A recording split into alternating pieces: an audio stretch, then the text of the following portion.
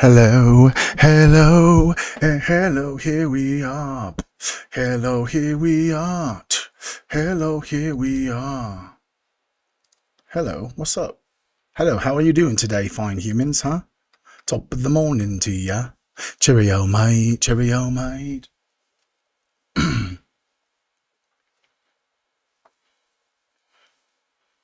Any second now, there should be some people starting to trickle in, huh? Starting to trickle in. Interesting, interesting. Welcome, welcome, welcome to today's Trippy Tuesday. We're going to be talking about some pretty trippy concepts, if I do say myself. Some pretty trippy. Oh, click right there. Boom, go live. There we go. Okay, here we are. Here we are.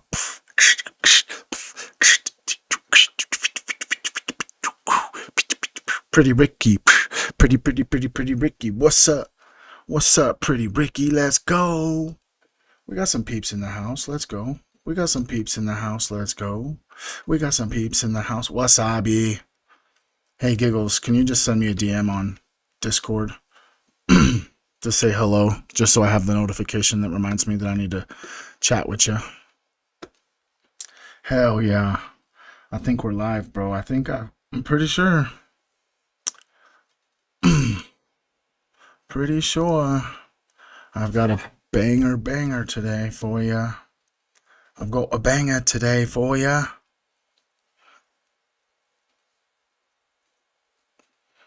We've got a banger today. Let's see. Who's in here on Facebook? People up here on Facebook? Let's see here. We're over here on YouTube. What's up, you guys? Astro Strange is here. Let's go. Let's go. It is not raining in Utah. It is not. It's quite warm today, actually. It is quite warm today, actually. I'm on Facebook now. If y'all could go there and just comment Team Human, hit the like button a whole bunch of times. I'm up over there. I'm up over there on Facebook. Let's go.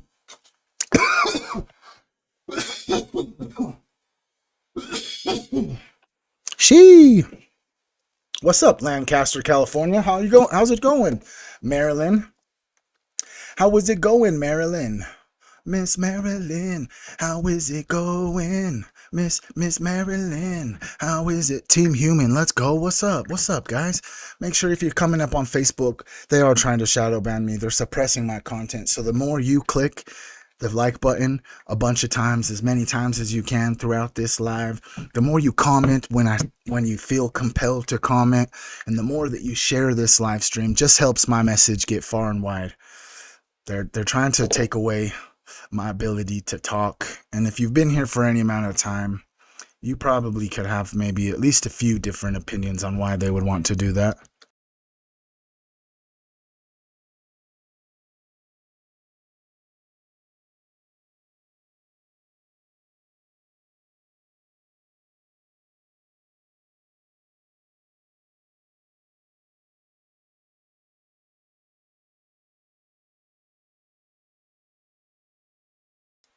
Sorry guys, I was just chatting with my son.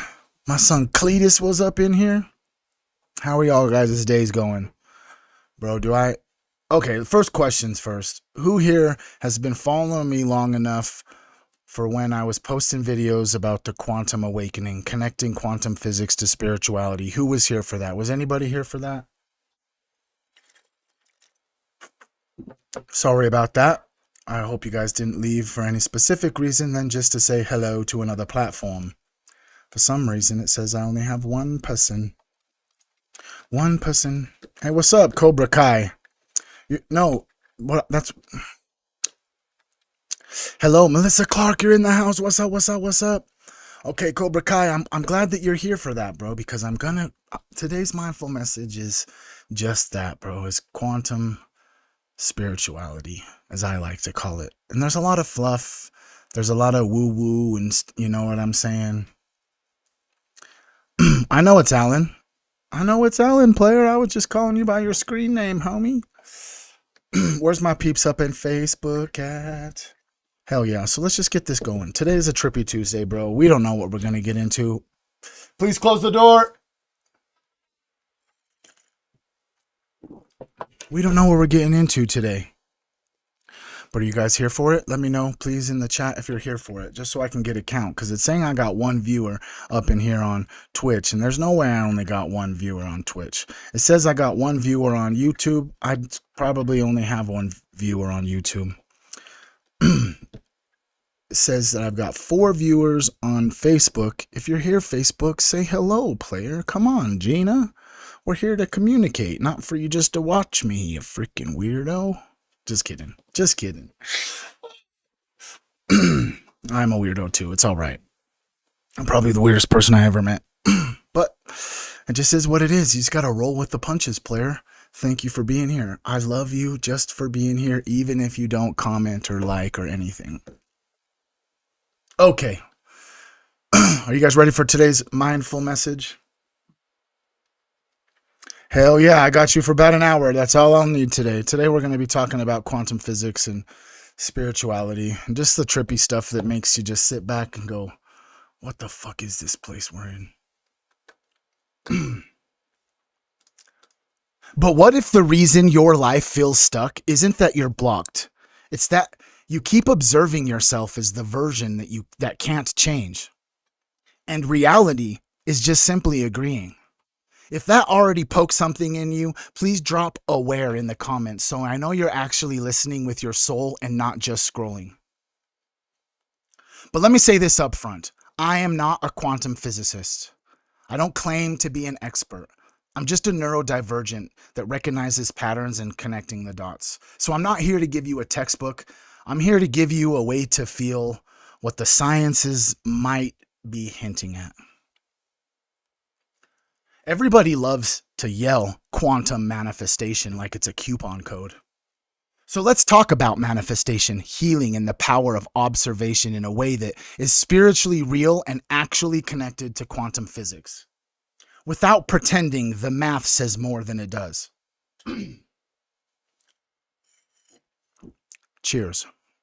In quantum theory, before you measure a particle, you don't say it is here or it is there. You say it exists as a wave of possibilities, a superposition, a spread that could be, a spread of could be, states described by a probability wave. When you perform a measurement, when something interacts with it, the spread of possibilities collapses into one concrete outcome.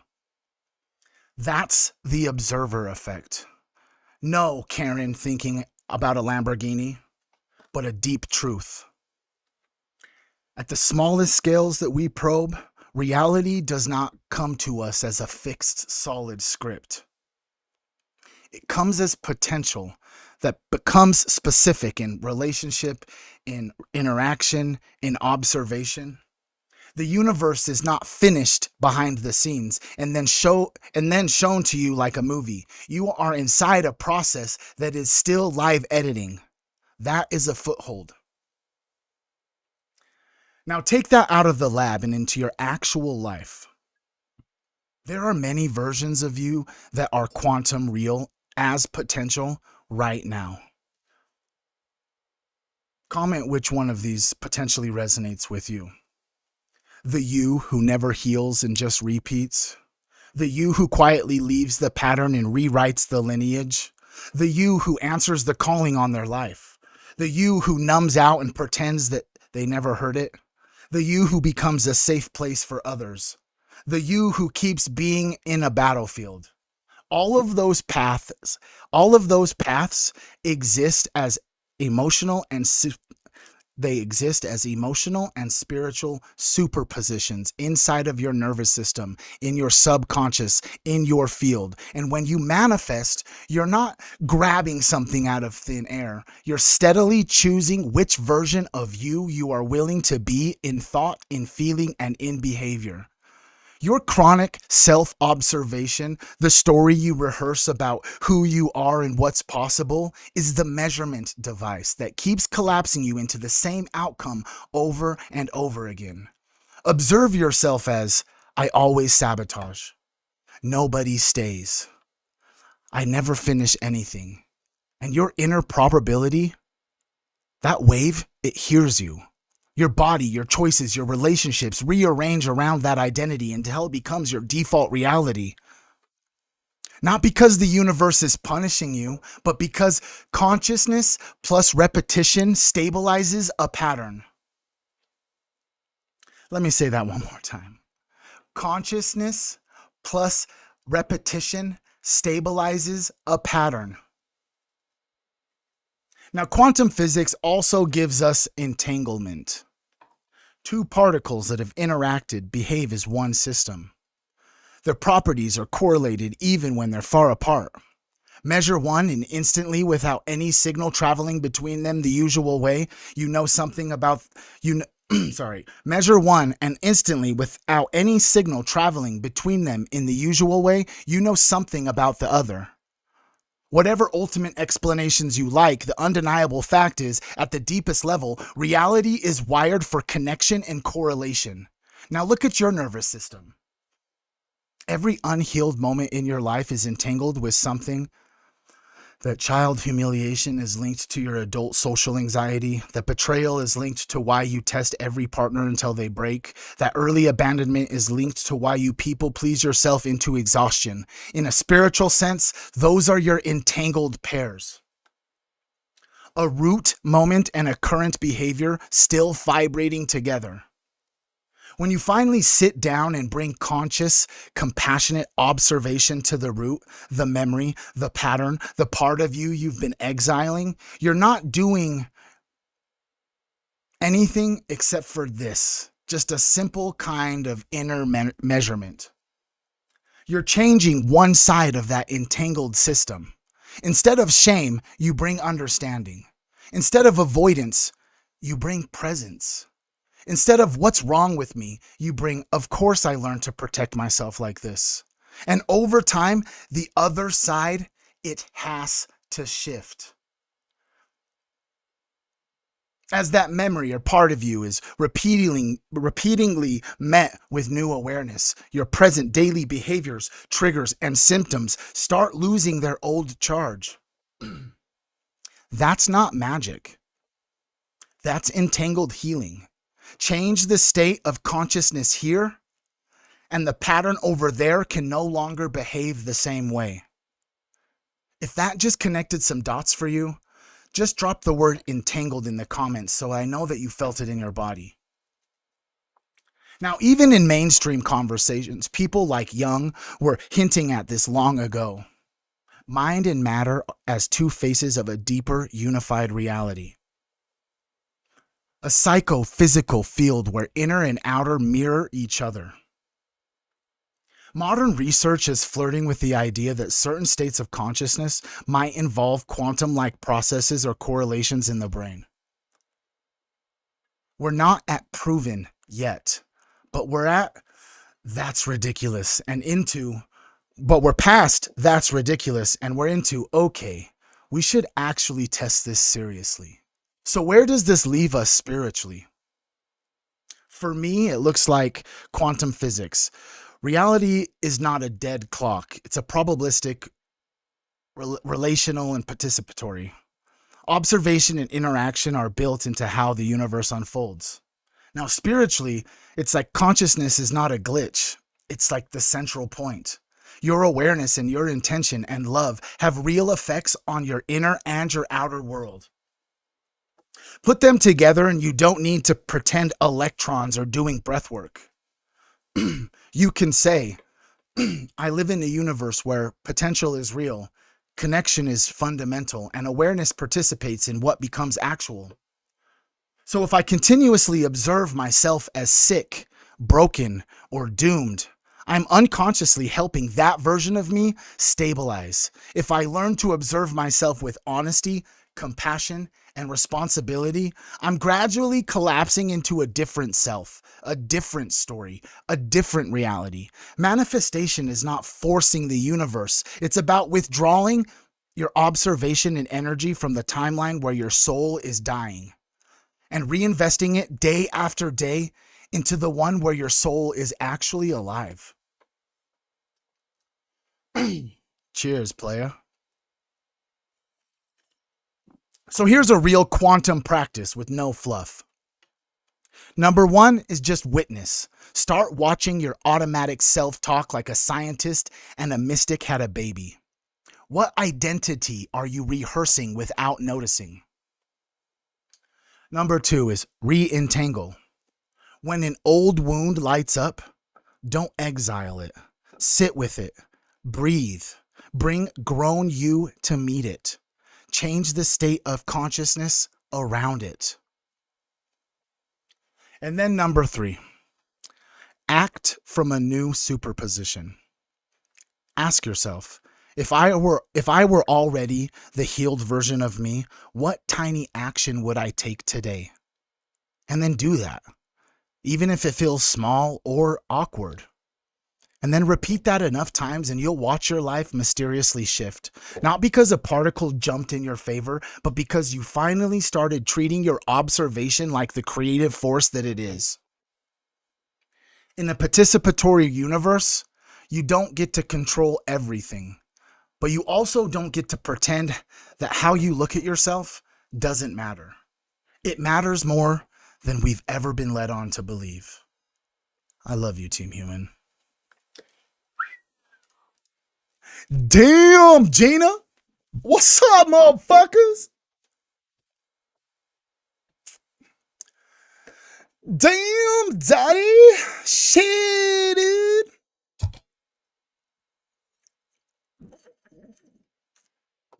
Who do we got up in here, bro? If you're in here, say what's up. What's up, Slovenia? In the house. Let's go. Karina. We got Slovenia up in this motherfucker, boy. Prestige. Worldwide. Wide. What's up, dude? Everybody's here, bro.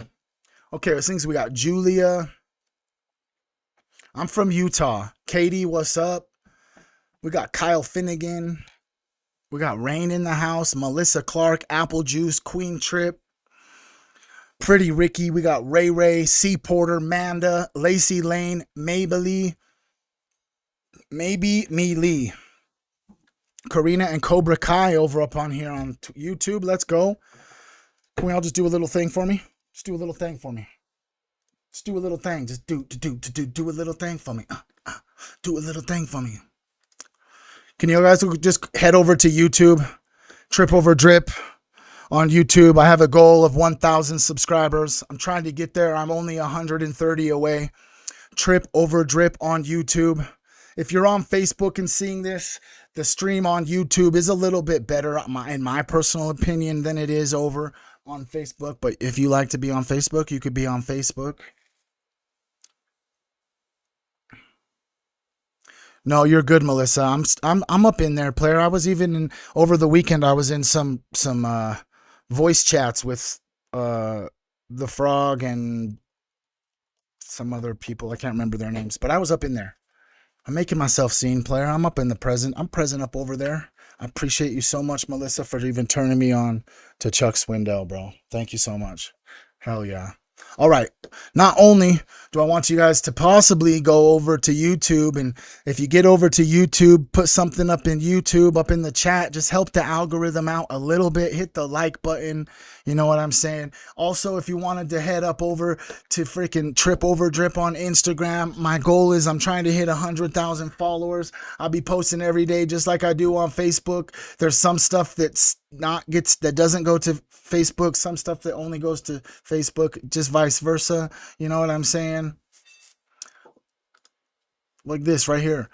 You have to break the pattern today or the cycle will repeat. Thank you, Neo. Thank you, Neo.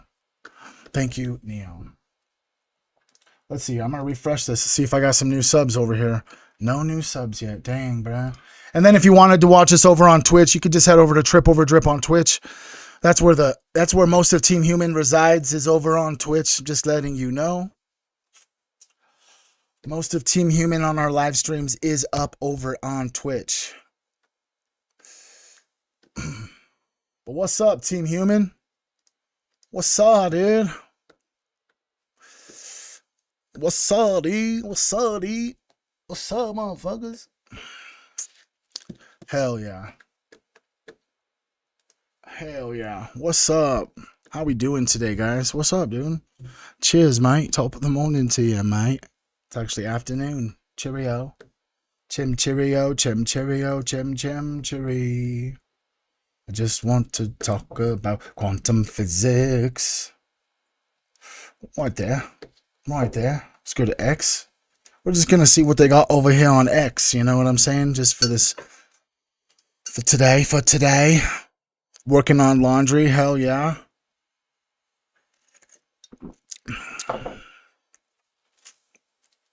Thank you, Julia, for being here. Let's go. People up over on YouTube. What's up, dude? What's up, motherfuckers? What's happening? What if I just put in the double slit experiment?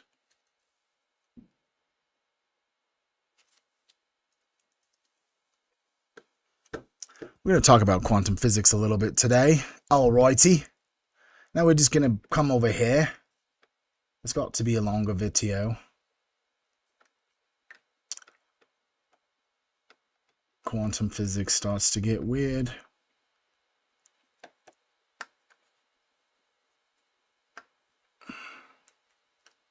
In a video game, the owners of simulation. We're going to watch a Y-Files real fast about this right here, all right? Let's just see what old AJ's got to say. Simulation theory often point to video games as a way to explain, if not prove, that our reality is artificial. In a video game, the only data that is rendered is what the player sees or interacts with. If you're playing a video game and there's a car or building a mile away, that entire object isn't rendered. The game engine only renders the bare minimum of information to make the object look real. A distant building is rendered as just pixels, not that complicated. As you get closer, the engine renders more details, but still, it's just a facade. The engine doesn't bother calculating what's inside the building to actually go in. The game engine always knows how much data to send you and doesn't bother with anything else. If we live in a simulation, it would make sense that our reality is rendered the same way. But we could test this. Wait, what do you mean we can test this? Specifically, we can use the double slit experiment. Here's how it goes. If we fire particles in a straight line at a screen, after passing through a single slit, we would expect to see this clumping pattern on the screen. If we try this with a wave, we expect to see a pattern like this, where particles are most dense in the middle of the screen but radiate outward, similar to the clumping pattern. When we add a second slit, it starts to get fun. When the waves pass through the double slit, each slit creates its own wave. When those waves intersect, they cancel each other out. That creates a pattern like this. It's called an interference pattern. So, particles passing through two slits create clumping patterns. Waves through two slits creates an interference pattern. Make sense? Yeah, I'm with you. Good. If we fire electrons through the slit, we see the clumping pattern as expected. An electron has mass, so it's a tiny bit of matter. So if we fire electrons through two slits, we should see two clumps. But we don't. We see the wave interference pattern. This shouldn't be happening. What's going on here? For years, scientists assumed that the electrons were colliding with each other, causing the wave pattern. But in the 60s, the experiment was modified so that only one electron at a time was fired through the slits. There was no way the electrons could interact with each other. Yet we still see an interference pattern. Scientists wanted to see what was causing this, so they added a detector to observe electrons as they pass through the slits. That's when things go from weird to paranormal. As soon as the detectors were installed, the interference pattern went away and the clumping pattern returned. Take the detectors away and the wave interference pattern is back. But that's a different result to what we had earlier. So here's the last bit of sneakiness that we can play with atoms. Surely now, we're going to get to grips with it. Leave the detector there, but just very quietly go and unplug it. Don't let the atoms know that you're not spying on them. Run the experiment again. Now, if you can explain this using common sense and logic, do let me know, because there's a Nobel Prize for you. It's as if the particles are aware they're being observed. Then physicist John Wheeler had an idea. He called it the delayed choice experiment. How it works is photons are projected through the double slit, but the detector is not activated until after they pass through the slit, but before they impact the screen. Photons were emitted as waves, passed through the slits as waves, but when the waves were observed before hitting the screen, they suddenly behaved like particles again. Still don't think there's an intelligence at work? Well, what Wheeler's experiment showed is that even though the electrons started as waves but behaved like particles after being observed, at the moment the decision to observe them was made, the electrons recorded themselves as having passed through the slits as particles. The electrons changed their state by going back in time. I personally Back in time? Whoa, you didn't think we were going this far into this, did you? find that I gravitate more towards the information theoretic point of view and believing that the universe that I exist in is a very good, high quality simulation. Now, this experiment is happening on a table in a lab, a very short distance. So what happens when we observe light coming from vast distances, like say a galaxy 100 million light years away? If light from a distant galaxy is projected through the double slit, it creates the wave interference pattern. But if we push those photons through a measuring apparatus to observe them, the wave again collapses all the way back to its source. This is called retrocausality. Simply by choosing to observe the photons this way, they reach back through time 100 million years and alter their state on the other side of the galaxy. But like a video game engine, it only does this if we're looking.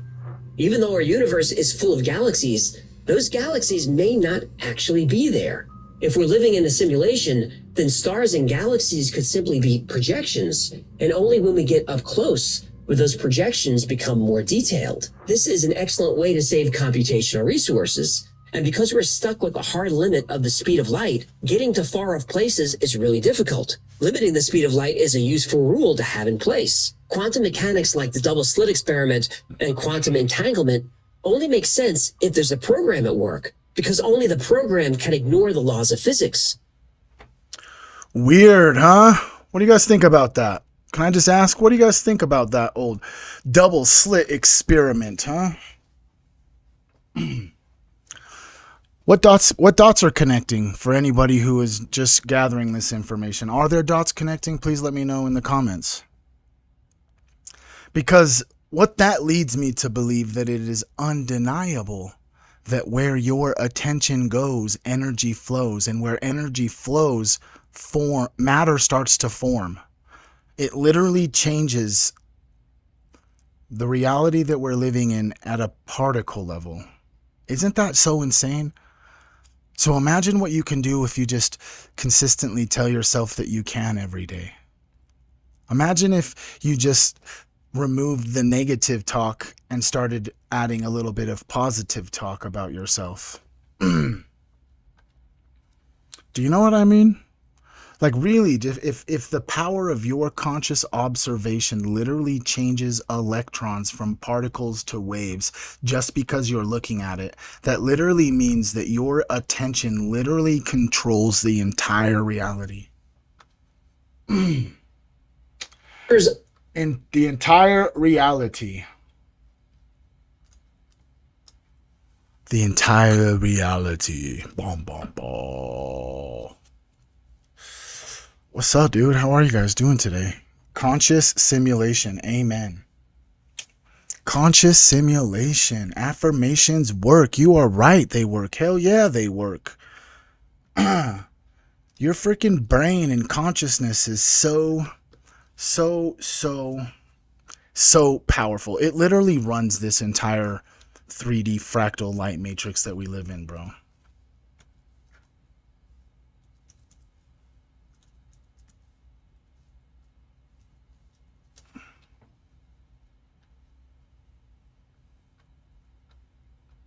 Trying to find a specific little thing here.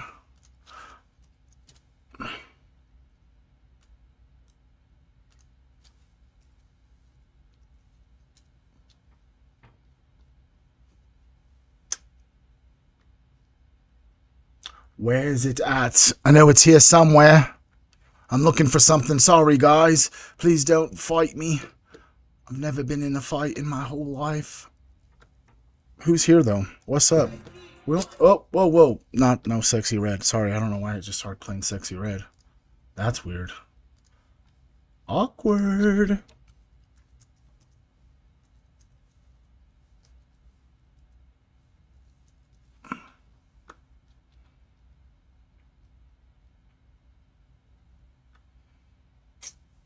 We're gonna listen to a little bit of KRS-One. Do you guys know who KRS-One is? This is some of the most impactful videos that changed my life, bro. It changed the way that I even just perceived reality. We are just the same frequency, sis. Weird.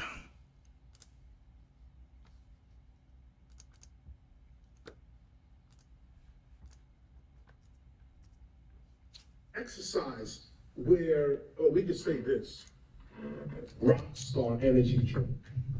Wow, I just put that in history. See how quick history come up right there. Rock star energy drink. Those who want to do the exercise, we're going to say rock star to ourselves without opening our mouths, without saying anything outside. We're going to say this to ourselves. We're going to say rock star to ourselves. Don't say it out loud at the count of three. Count of three. 1, 2, 3. Okay. Now the question to ask, if you've said rock star in your mind, the question to ask is, what voice is that? What voice is that? What voice just spoke? You just said rock star without moving your mouth at all. On top of that, you on top of saying rock star, you heard yourself say rock star. How can you hear yourself say rock star and no vibration of sound has happened? See, this puts a different perspective on what sound actually is. And what memory is. Memory's not in the brain, memory's in the soul.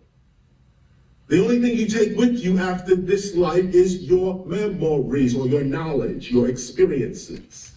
That's the only thing you take.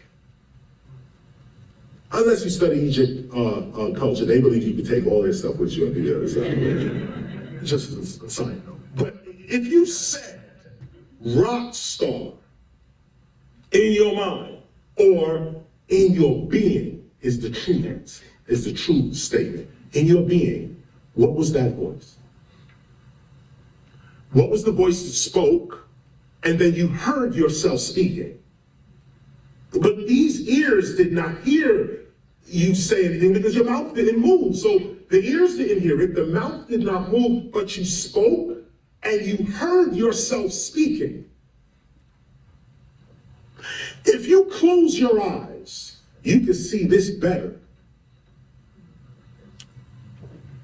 If you close your eyes and put this image in another sight, if you close your eyes, you can still see this. What is the sight that can see your future? These two eyes don't see the future. These two eyes don't see the past. Yet, you can see your past and you can see your future. You can actually see your past. What is the sight that can see beyond time? Don't give it away. What is this? This is an ancient meditation. This is an ancient meditation that I am not the flesh. I am the energy, the consciousness, the being in the flesh. And this is proof. This is no faith. This is not religion. This is actual fact. You can speak without moving your mouth. You can hear without ears. You can see without eyes. So what happens when these eyes, this mouth, and this ear drops off into the grave? These other senses are all you're left with. Death is an illusion. Once you realize this, you live your life more courageously. Now, no one wants to die before their time, so you try to protect yourself. But know that this body is the limitation of you. It is not your zenith. It is not your ultimate. Your ultimate is that voice that just said rock star. That voice that just said rock star without nothing physical moving, that person is immortal. That person is not here with you. Let's go deeper. The body is in, 3 dimensions, right? Forward, back, right, left, up, down, and time. 4th dimension, 3 dimensions plus time. That's our physical reality. Front, back, right, left, up, down, that's 3D plus time. What happened to in and out? Look at the English thought. Back, forth, right, left, up, down, no in and out. No in and out. What is in and out? Rock star. Rock star says, I exist without the body. So where is this other existence? Where is it? It's not here. It's not in 3-dimensional space where you really are. The person that said this is in a whole different dimension. Just switch a little bit. Talk to yourself more. Affirm to yourself more. Don't move none of this. No, close this down and go within and say, I am the greatest ... ever. I have all my needs coming with speed. I am a being of love and light and knowledge.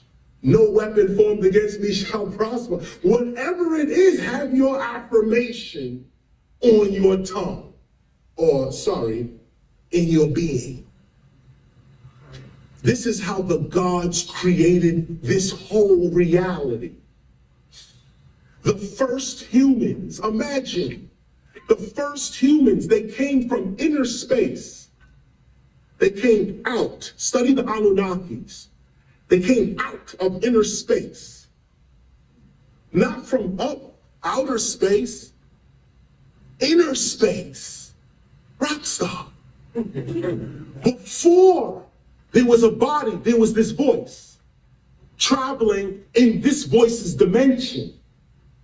To get here to the earth, the inner voice created this outer extension of itself to be in this dimension.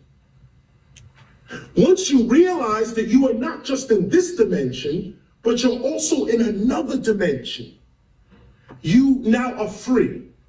Because whatever happens to you here in this dimension is not your only reality. See, this is how Jesus was able to get beaten and brutalized and hang on the cross. He wasn't here. He was the rock star. Inside, he went to the inner man. Do what you want with the body. I'm not here. Now, once you realize that level of consciousness, where you are officially, you identify yourself as the spirit, not the flesh. You are the inner voice, not the outer voice. Once you become the inner voice, now your outer voice has power. Now when you speak, it's not just a shell speaking. There's a being speaking through the shell. And this is where you heal all sickness in your body. This is where you command reality to work with you, and it works according to your consciousness. Why? Because it's not a shell that's speaking. There's a real being in the shell that is speaking. And when the real being speaks, all nature and the universe responds. Woo! Shit, boy! Fuck, bro. Boom, boom, boom, boom. That shit's so powerful, bro. It's giving me cold chills, bro. That shit's gas, bro. I don't know how you couldn't. I appreciate you being here, Britt. Congratulations on your second day. I'm proud of you. You can do hard things. You're right. He commanded Lazarus to stand because there's a being there. It's not just a shell speaking like he said. Ooh, shit. Ooh, do I got another one for you? Just one more, but I got to go use the bathroom and get some more drinkage. I don't know if I have any coffee. I don't know if I got any coffee.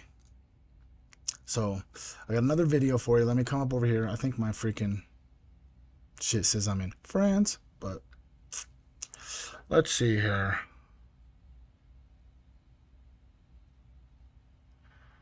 Let's see here. What can we leave you with for a second?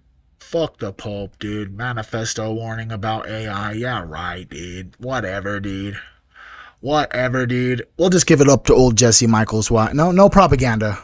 This is insane. Me and Queen Trip watched this. I'll drop this podcast in the Discord if you guys want it. But this is insane. I'm going to put it on 1.25 speed so that you guys can really grasp as much of it as possible. But yeah, it's insane. Shout out Jesse Michaels, friend of the show. Hopefully one day I'll be on American Alchemy or vice versa. So far, we have a fake mountain, drugged psychics, and spacecrafts that only fly if you plug a human mind into them. What's next, you ask? The moon's fake, clouds aren't really clouds, birds are surveilling us? Yeah, DARPA's R&D portfolio does not make that less creepy. Zoom out of Koyame, and you'll see a pattern. Mountains, paramilitaries, and vanishing crafts. It starts to look less like random campfire stories and more like puzzle pieces. Take Sedona, Vision Quest capital of America, the land of crystals and trust fund shamans. Famed for its Martian landscape and vortex spas, it's all very eat, pray, love. But once the sun sets behind the red rocks, the vibe starts to shift. The notorious Bradshaw Ranch is ground zero for Sedona's high strangeness. There's even a book about it called Merging Dimensions, involving a rumored portal on the ranch. Massive cargo planes descending towards mountains where nothing exists. And lights shooting out of canyons as if the landscape itself is alive. There are constant claims of strange activity at Bradshaw Ranch and Secret Canyon, with reports of guys with military-style guns. No surprise, the ranch was sold to the U.S. National Forest for climate research in partnership with the Department of Energy and Oak Ridge National Lab. Nothing to see here. Whispers of a rumored base near Secret Mountain aren't new. Journalist Ross Coulthard went to Sedona and came back a believer. I am in no doubt whatsoever, Jesse, that there is a deep underground military bunker that was built in the 1950s under Secret Mountain. That's what it's called. It's the hilarious thing. It's somebody's secret joke. It's called Secret Mountain. Unbelievable. And that's not all. Outside of consulting multiple on-site witnesses, Ross personally witnessed anomalous activity around Secret Mountain. And if you looked at a particular place over Secret Mountain, you would see this big orb being escorted by helicopters rising from behind Secret Mountain. And we watched at 1:30 in the morning, and sure enough, up comes this beautiful golden orb, gigantic. It's not every day you see orbs escorted by Blackhawks like a presidential motorcade, but zoom in a little and look closely. You'll find something else. Investigators digging into rumors of underground facilities near Secret Mountain and Bradshaw Ranch kept hitting the same anomaly. A tunnel. Geophysical surveys and magnetometry by Terra Exploration Group showed a straight, man-made tunnel roughly 50 feet in diameter, running like a hidden artery from Secret Mountain to Bradshaw Ranch to the front gate of the Clarkdale cement plant, which John Bradshaw claims used to be the biggest employer in town and was guarded and fenced like a military site. And there's massive amounts of electrical power going into the ground under Bradshaw Ranch. And we didn't put this in the feature-length film that we put to air on primetime, but it runs in the full-length interview with Paul, my friend. He did a ground-penetrating radar check on the road around Bradshaw Ranch, and we found a 50-foot wide reinforced steel concrete, highly visible on ground-penetrating radar, literally just under the ground. Wow. If you think this is beyond belief, underground military bases exist across the United States. They are called DUMBs, or Deep Underground Military Bases. Richard Sauter wrote an amazing book about them that I recommend you check out. There are also reports of hikers near Sedona walking into something out of a black op fever dream. Armed men in black, insignia-free uniforms, M16s in hand, standing in the middle of Coconino National Forest. These guys aren't militia. They don't match any unit anyone can identify. And this isn't just Sedona. This exact same ghost force keeps popping up in other hot zones across the United States. Head northeast to Skinwalker Ranch in Utah's Uinta Basin, and the vibe shifts from moonstones to pure dread. This place doesn't want you here. The Ute tribe won't even talk about it. They call it cursed ground, the path of the skinwalkers. And if you spend any time on the ranch, you start to understand why. Drones malfunction, helicopters lose power, equipment dies. I am transfixed on that heavy room. For all intents and purposes, I'm in that room. And so I just, I said out loud, okay, this is stupid. And then I said, all right, if you got something you want to show me, show me. If you got something you want to tell me, tell me. That's creepy. UFOs don't just fly over Skinwalker. They interact and descend, vanishing into mesas like ghosts passing through walls. Crazy. What do you think about when you're upstairs using the bathroom? Let me show you what I'm thinking about while I'm upstairs using the fucking bathroom. Just 1 sec, dude. Let me go to my page, bro. For some reason, I was just thinking about this freaking post I posted. Go to my page, bro. Where's home at? Where's home at, dude? Home. Where's my page? Oh, yeah. What about this right here, bro?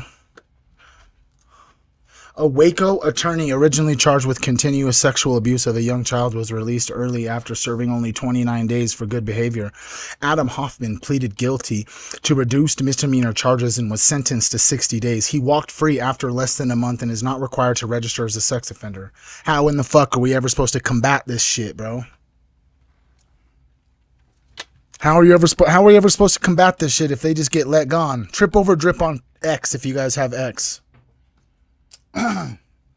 Be posting some shit, bro. Be posting some shit up over here on X, bro. What about this right here?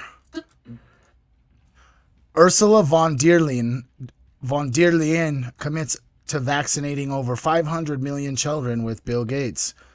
Let's just hear what she has to say. A better world also means a healthier world. And vaccination is our best chance to do this. Vaccines have saved millions of lives in the past 50 years.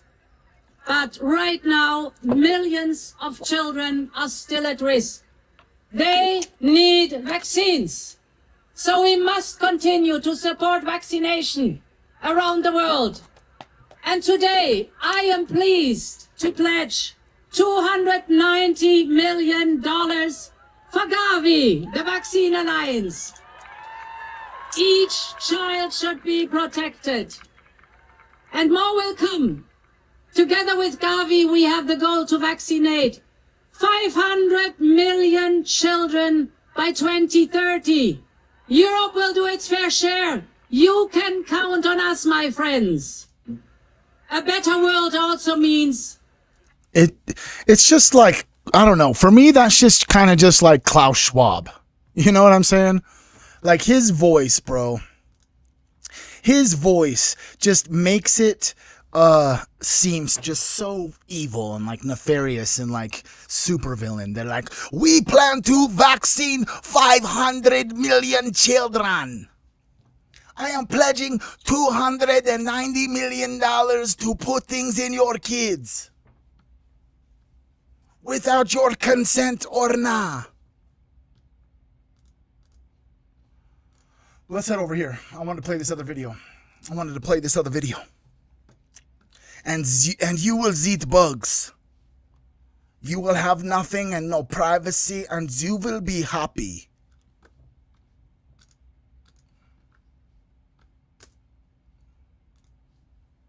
When I was young, I was taught to believe in God. Is that you? Let's just start this off the way that they're supposed to be started off. When you were young, were you told to believe in God? Was it just like part of the programming forcing you to believe God in a specific way? And I grew up with a belief in God, that there was an intelligence that governed my life. Is there an intelligence that governs our life?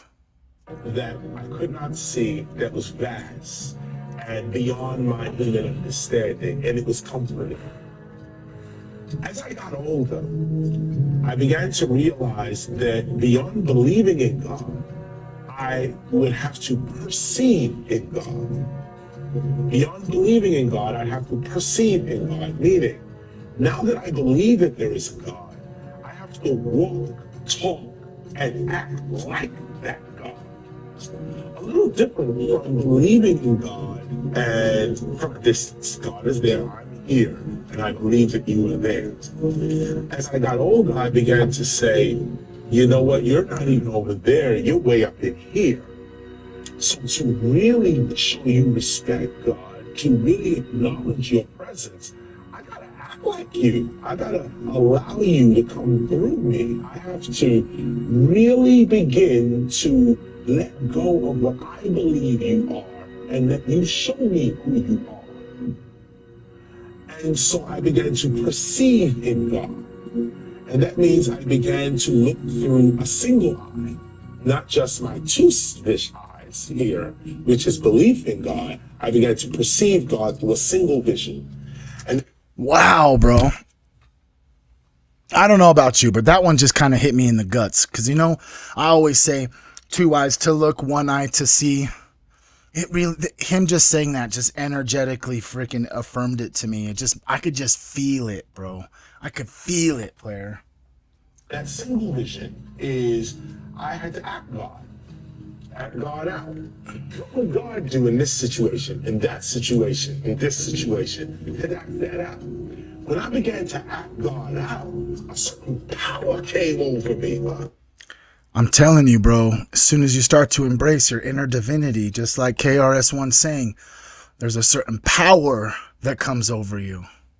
In my little world of rap and MCing, when I began to act like God, oh man, I'm rocking parties. Any battles that I'm dealing with, I'm slapping MCs up. I'm moving through the world with power. That power was addictive. And I wanted more of it. And more of it. I wanted to drink more of this power of God, this idea of perceiving God. And I don't need money. Money comes to me. I don't need help. I drink poison and I'm still alive. I don't need, suddenly I'm not afraid anymore because God is with me, because I believe that I perceive that there's no more me. There is only God. And now I have a power, and that power became addictive. And that addictiveness made me drink more of God. In a nutshell, or in a sentence, I realized that, and it makes me chuckle, because I realized that God is the air that I breathe, that I'm not even responsible for my own consciousness, my own sense of being aware. I'm not responsible for that.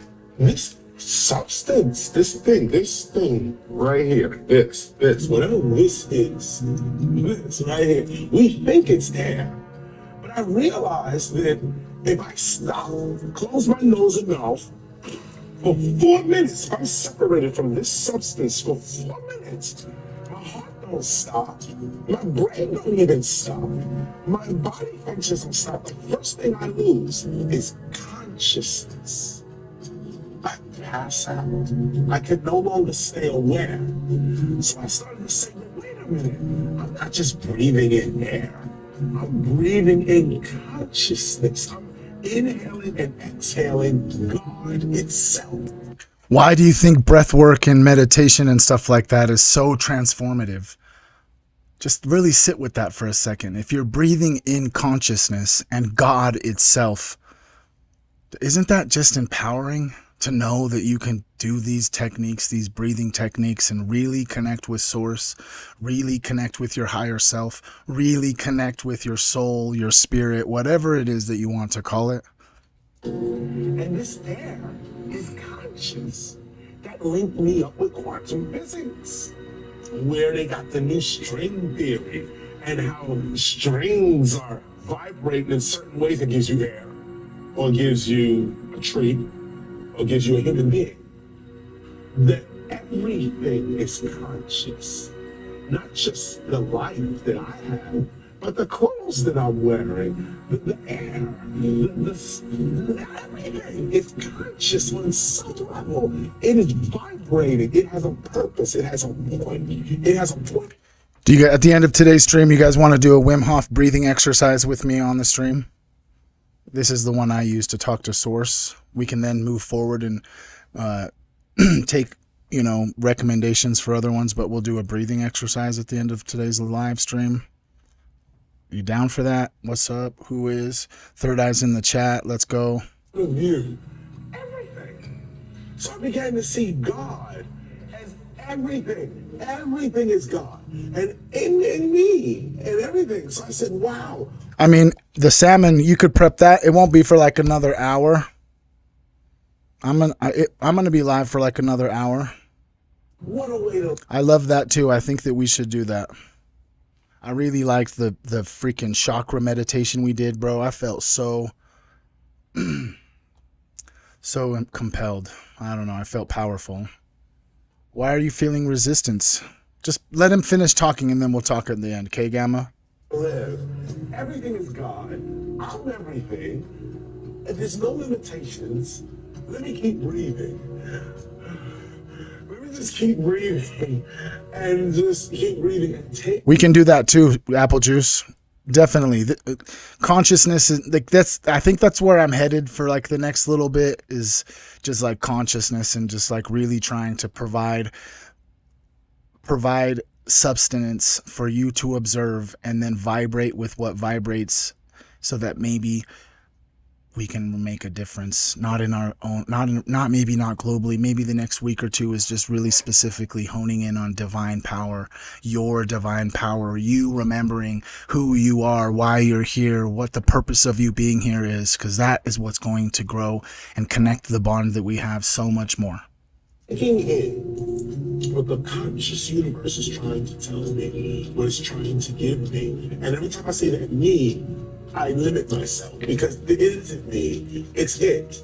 And I'm it, and it's it, and it is me, and I'm not even me. And it's just, and it goes on, and I suddenly realize that what I believe to be God is simply me with skin.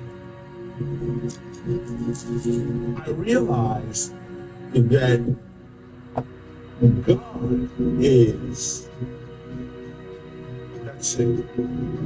That God is, that's it. Now, anything you put out there is the manifestation of the world, but God is just, it's just, that's it. And there's love in that. It's not even that God loves us, it's that God loves itself. The universe loves itself, and we are part of it. We're part of that. We're in it. It's just, we're something that the universe is doing. Like right now, as I speak to you, there's no you, there's no me. The universe wanted to have this conversation, and so it's talking to itself in its own head. So like the way you would sit down, or we would sit down and think, well, I'm gonna go to the store, I'm gonna get some bread and milk and cheese. Whatever that is in our mind, like when we start thinking, I want bread, milk, and cheese, I want to go to this, there are these thoughts in our mind, there's things shooting back and forth in our own mind. Well, that's what the universe is doing with us right now. It's saying there needs to be a documentary that talks about a variety of social issues, and you know what? This person is the perfect person to do that, and this guy here is the perfect person to do that. And by the way, the chair they're in is the perfect chair to sit in. The building they're in is the building they're going to do it in. This camera is the camera because it's all the universe. It's all happening now. This is what it is. So I started to walk through life with that. Perfect timing. When I'm late for places, it's not late. Just as when I'm supposed to be here. If I'm too early, that's when I'm supposed to be here. If I'm sick, I'm not sick. This is a part of the journey. This is it. Why are you worried about anything when you know this is part of the journey? This is just what it is.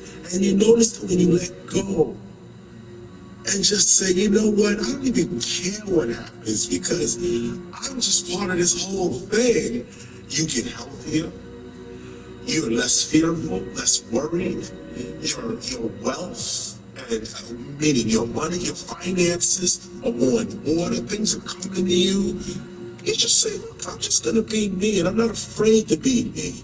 And I'm just gonna be me, and I'm just gonna speak me and be me, and whatever the consequences of it is, that is what it is, because even the consequences is part of me, and that's who I am.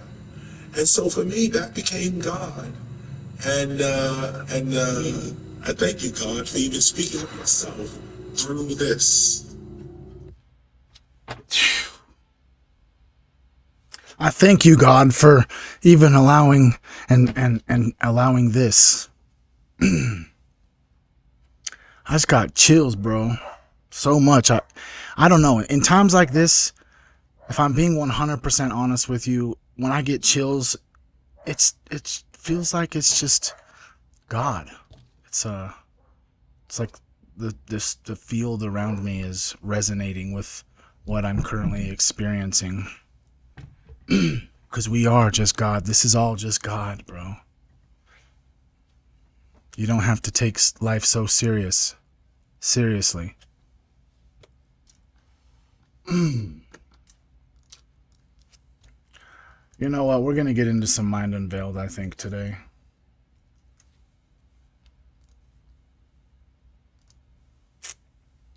He's probably got some trippy stuff. As you can see, all the red lines. I've watched so much of his stuff, bro. Just so much of it, bro. Because we're in for some trippy stuff. What about a movie breakdown? Dang. What about MK Ultra? You guys want to watch this about weapons 2025? Weird. War of the Worlds.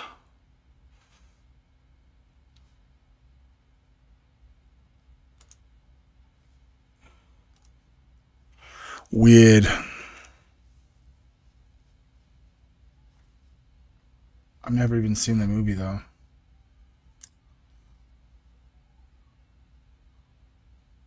Weird. Interesting, bro. He hasn't had one for a while, dude. Where you at, Mind Unveiled? Are you okay, bro? Did they get you? Did they get you? Did they get you?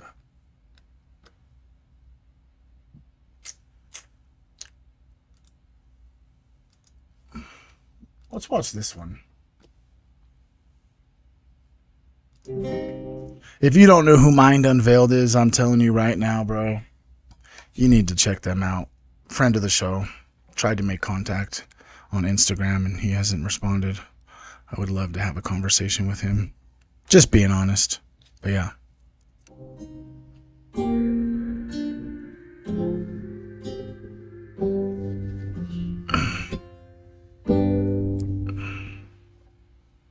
Hey everybody, welcome back, and today we're going to go over real-life They Live glasses that allow you to see into other worlds. Also, the best way to support the channel is to like, subscribe, or even tell a friend. Make sure to set the bell notifications to all notifications, otherwise you might miss out on some awesome content. Ditto. Make sure you hit the buttons. Hit the buttons. With that said, let's get started. Okay, so I know most of you may know about this film from the 80s called They Live. It's pretty famous within conspiracy circles, but I've watched this a couple times throughout my life, and every time I see it with new eyes. The movie's honestly amazing. It starts out with your traditional 80s action movie, and you're basically following this guy who, through a seemingly random sequence of events, finds these glasses that have special properties. These glasses allowed him to see the world for what it really is. He could see past the realm of illusion and see the other truths and things. He could see messages seem to contribute to the sleepwalking state that modern humanity has been caught up in. These messages, such as obey and reproduce, subconsciously weigh people down to material reality. The weirdest part about the glasses, though, is that they allow him to see that many human beings look quite different when he wore them. They look like demons or some sort of reptilian-like entity, imitating or impersonating a human being. Weird. Weird. It seems like we have those glasses on. We're able to see reptiles. At first, Can we get some Team Human in the chat? reptilian-like humans tell him to stop staring and, they think nothing of it. But then they start realizing that he can actually see them. So the cops begin to try and arrest him. The movie's a ride of an experience, and I highly recommend it to anyone who hasn't seen it. There's a sense of sincerity to the film, as if it's exposing This is your God. How fucked up is that, huh? some sort of hidden truth. On top of that, the directing is just very unique, and it's just a one-of-a-kind film. The director who wrote it says that it's a documentary, which is really interesting when you tie it together with the work of Dr. Kellner. Supposedly, these glasses are based on a true story. In the 1920s, a scientist named Walter Kellner experimented with a dark blue chemical dye called dicyanin, which he poured into a glass. Yeah, you're right. Ain't that the truth? For real, once you put these glasses on, you can't ever take them off. That's one of the rules that's unspoken. Is once you start putting these glasses on and then you start dropping in other lenses to change the perception even deeper and deeper and deeper and to warp the reality even further and further, you can't take the lenses out. Once you put the lens in, once you take the J pill, once you've went down the Israel rabbit hole, blink, it's in there forever, bro. You can't look at anything differently. Screen. And when he gazed through this, once you put the homunculus lens in, bloop, you can't look at it differently. Once you put the lens in that the mother of Jesus might have been a homunculus or a master alchemist or witch or sorceress of her time, bloop, you can't put it in. You can't take them out, bro. Screen, he found that he was able to see the aura of a person standing in front of him. He was able to see the person's aura because the specific color of the dye blocked out a large portion of the white light spectrum. This left only a small portion, which helped concentrate his perception of the aura. Now this gets interesting because supposedly in the 1940s, they decided to make this dye illegal. The UFO glasses, I have not heard of the UFO glasses. Dicyanin is not a drug, it's not toxic, and it's made from coal tar. However, it's as if it's been erased from our knowledge because there's little information on the subject. The reason they wanted to hide it is because it allowed anyone to see into the astral. You didn't have to be sensitive or have to train in meditation. This knowledge needed to be suppressed in order to train and program future generations. Is there some sort of cover-up? Listen to this story about vets who were seeing demons with old military tech. To launch some, yeah. So that means that they've had about 30 years to tweak this stuff wherever. And I know that this stuff exists because my father's role in the military brought him very close to it many times. So my father did 3 tours in the Vietnam War. And in his second tour, he was advanced enough in rank, and he was there, I think, 11 or 12 months. And when he was in country at that point, he's always been a field officer and came up in the military through the Korean War in a battlefield commission. And so, the military likes guys like him, and they let him be in charge of a couple of different projects. One of the projects that he was in charge of at the time was this technology that they introduced into Vietnam that almost brought the war to a standstill. And this technology was a night vision goggle. But it's not night vision as we have it now, okay? Because the night vision goggle was done in the red spectrum. And so when my father came back from Vietnam... You mean infrared or...? No, I'll explain. Ordinary red. Oh, ordinary red, okay. So instead of seeing... When you look at a night vision goggles now, you see green. Everything is translated into green for you. And human eye sees green, more colors, shades of green than any other color. It's part of... Interesting. Did you guys know that? The human eye sees more shades of green than any other color. Let's just get a little bit of information on that.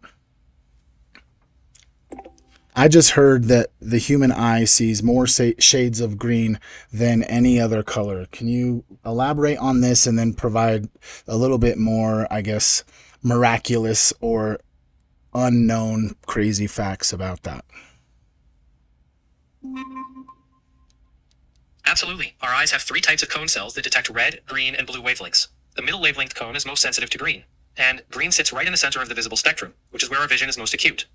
Evolutionarily, being able to distinguish subtle variations in green helped our ancestors spot ripe fruits and hidden predators among the foliage. Here are some other fascinating facts. Most people with normal trichromatic vision can distinguish around 1 million colors, but a rare few people with tetrachromacy have a 4th type of cone, letting them see an even wider range of colors. Your brain can interpret roughly 10 million different colors overall, even though your eyes only detect 3 primary wavelengths. Another fun fact, purple is a color your brain creates by combining red and blue signals because there's no single wavelength for purple. And some people blink about 20 times a minute without even noticing. All of these details show just how miraculous and complex our vision truly is. Crazy. That's crazy. I didn't know that your brain just makes up the color purple. Did you know that? I love purple. Wow, that's insane. See, AI is not that bad. It just taught me something. Chill out on the anti-AI. Fuck AI, actually.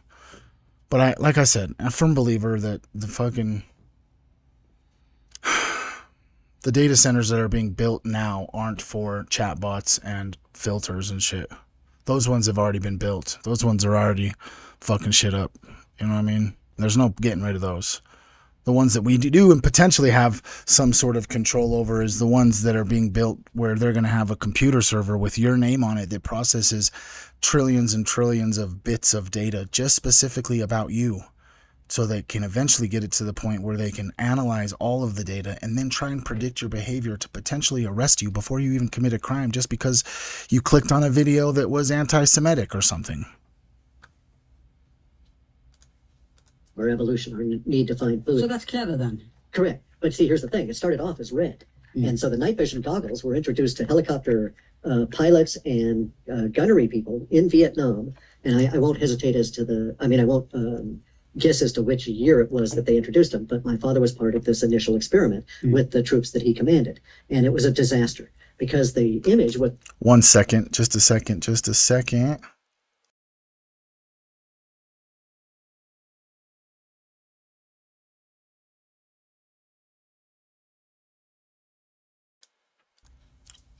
presented in red pixels, not green.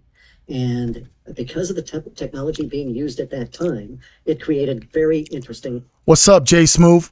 effects that they could not deal with. So you had some officers that were part of this cadre or this cohort of other officers that were all testing these new technologies for the military that had their troops always use these goggles. And those units became self-destructive.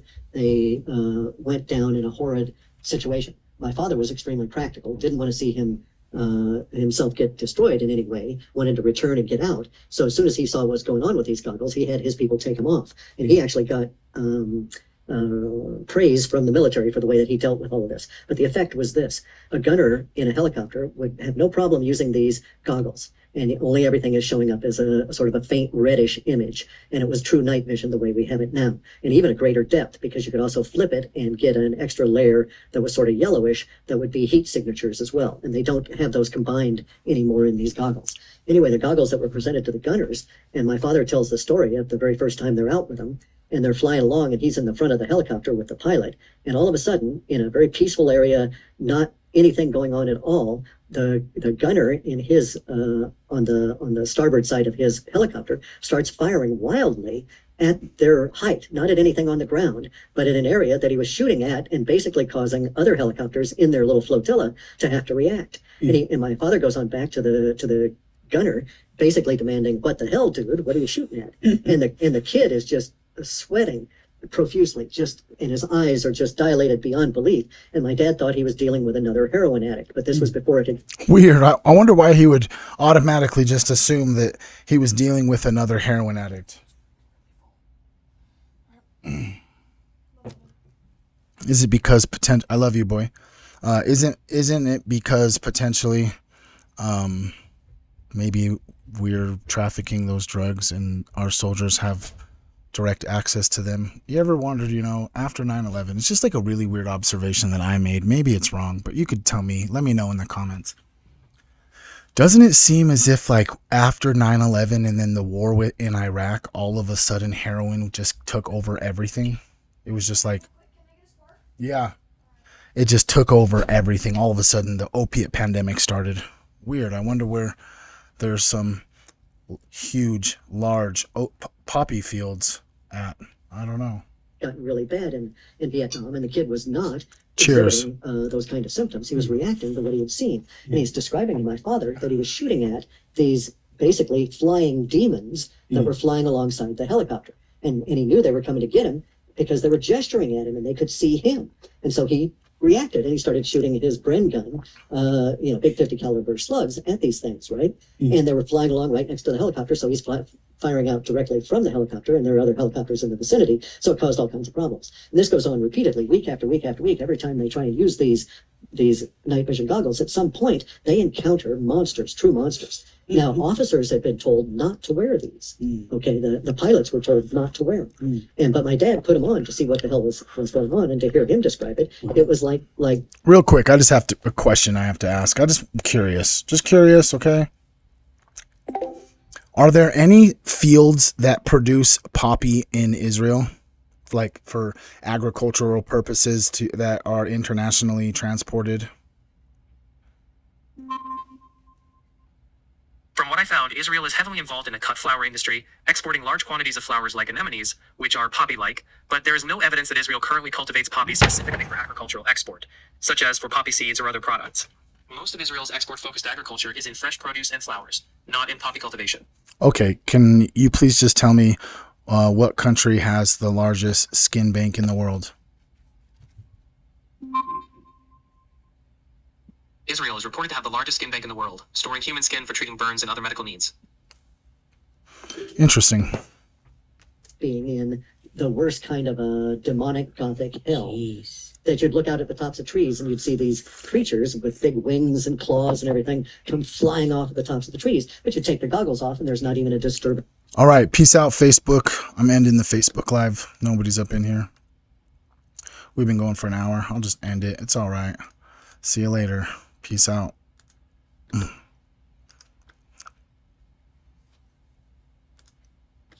All right, guys. It's just us now. Okay, guys. It's just us. It's in the fog about the canopy of the trees, right? They're perceiving into an aspect of consciousness. Correct. Another dimension. And it was tied to the red image. As soon as they went to green, all of this kind of stuff disappeared. Of course. And we don't have time. Yeah, I know. Me studying Pythagoreanism and vibrations, we could speak a lot about this, but let's not even go there. But one question: are these connected to the modern night vision goggles people used to see UFOs, Correct. third generation or whatever they're called? Is it the same technology? It's the same technology. It's just that the translation is done through a different phase alignment, and we're not seeing everything that the goggles could show you. And they don't connect it to heat signatures either, right? Organic. They don't do that, and then they also don't do it with a red display. Now, the red aspect of it is interesting because the green display comes from electrons, not photons, okay? And it comes from electron transmission. Presumably, they were still doing electron transmission. They were just turning it into a red filter. Weird. Dr. Kilner worked as a medical electrician at... Weird. I did not see the face. Photons, okay? And it comes from electron transmission. It looked like a UFO to me. Presumably, they were still doing electron transmission. They were just turning it into a red filter. John Walter Kilner worked as a medical electrician at St. Thomas Hospital, London from 1879 to 1893. As you could probably guess from the term medical electrician, he specialized in electrotherapy. He was an MD, BA, and an MB. Kilner attended Cambridge University in England, and by 1833 he was a member of the Royal College of Physicians. His writings covered a wide variety of topics, but the one we're focusing on today is his book, The Human Atmosphere. This book suggests that there is an aura or colorful fringe or outline on each human, and that the color of that fringe can help indicate the mood or wellness of the subject. In the book, Kilner describes how to make the aura visible to anyone, even the untrained neophyte. He does this by placing dicyanin dye between two panes of glass and hermetically sealing it. So let's just pause. Oh, hermetically sealing it. Humunculus! Here for a second and think about the term hermetically sealed. I'm sure by now all of us have heard of the Greek figure Hermes Trismegistus, but weird. But what does that have to do with sealing? Let's take a quick look at Otto von Guericke, a man well known by mainstream history as a scientist and politician. His work largely focused on atmospheric pressure, electrostatics, and of course vacuum. Thank you for being there on YouTube. What's up, dude? What's up, dude? If you haven't hit the follow button already or subscribe button, please do so. What's up, dude? It was his invention of the Magdeburg hemispheres that seemed to have popularized the term hermetically sealed. As to why he chose to use the word hermetically, the reason seems to be that it was said in mythology that Hermes has the ability to seal a box or chest in a way that would prevent it from ever opening again. much like the strength of the vacuum seal that Von Guericke was well known for. What about the homunculus? What about the fucking homunculus? Modern science unsurprisingly scorns this type of research and preaches that it is pseudoscience. But there is no way to test this for oneself, as mysteriously, the dye in which this experiment uses is very difficult to get hold of. In the experiments, the researchers would view the subject through the screen in the daylight with the dye sealed inside the glass. In his book, Human Atmosphere, Walter explains how he came about finding the dye and explains in detail the different portions of the aura. In order to make this work, 2 screens were necessary, one containing a solution of spectoranine, an alcohol, and a second less dilute. Spectoranine was another term that Walter Kilner used for dicyanine. When looking at the body through the screens, first you see a dark band, not exceeding 1/4 of an inch, surrounding and adjacent to the body, without any alteration in size at any part. This he calls the etheric double. The second portion is the inner aura. It is the most densest portion and follows the contours of both female and male bodies. It arises just outside of the etheric double, but it does look as if it touches the body itself. The third portion, the outer aura, commences at the outer edge of the inner aura, and it varies in its size. When the whole aura is observed through the blue dicyanine screen, all the portions seem to be blended together, but the part nearest the body is the most dense. However, if a carmine screen is employed, which is a red dye that he experimented with in order to see more details of the aura, the different portions of the aura become distinguished. He compares many different auras and describes them in detail in his book, such as the difference between a healthy and a sickly aura. This practice should belong to the field of Wow. It's kind of crazy, huh? It's like showing you the difference between the healthy and the auras and disease. Interesting. spectroscopy, but it seems as if the field has been covered up in a way so that it's not connected with the occult any longer. Today, analytical spectroscopy I haven't checked it out, Monica, but I will. is defined by the range of electromagnetic waves interacting with the material, such as ultraviolet visible, infrared, X-ray, radio, or microwave frequencies. Using these methods, modern science can obtain information about atoms, molecules, or even stars in the sky. However, it seems all attempts to connect the occult with the subject have been suppressed, such as viewing auras with screens, looking to other worlds, and seeing beings that were not visible before. This goes back to Baron von Reichenbach in the 1800s. He was a German astronomical instrument maker who claimed to see auras around the poles of magnets and around human hands. He is the one who discovered paraffin and other coal tar products in the 1830s. Between 1835 and 1860, he also published a long series of scientific papers on meteorites. His many contributions earned him a well-deserved reputation as a brilliant scientist and industrialist. His colleagues, however, wanted nothing to do with his work on a mysterious force which he named Odd. We can do a separate video on this topic. Reichenbach documented the reports as sensitive seeing emanations from crystals. What's up, Melissa? And magnets in total darkness detecting alternations of electric current. They could also perceive an aura surrounding the human body. This influenced the work of Kilner, but this technology is most likely not new and has been used in ancient times to communicate with other beings and to see into other realms. Magic mirrors, crystal balls, tinted glass windows in churches. These technologies existed in ages past, but they have now been lost in our modern time. Following the work of Kilner came Harry Boddington, in his work, The Development of Clairvoyance and the Scientific Formation of Circles. Quote, while searching for a method of transforming human radiations into terms of color, Dr. Kilner hit upon an original method of diagnosis. In its essential details, it corroborates That sounds good. Chicken tikiki malasa. the statements of clairvoyance and cuts short the long years of preparation at one time thought to be necessary. By utilizing a little-known dye called dicyanine, he produced an effect upon the optic nerve which extended normal vision into the regions of the infrared and ultraviolet ends of the spectrum.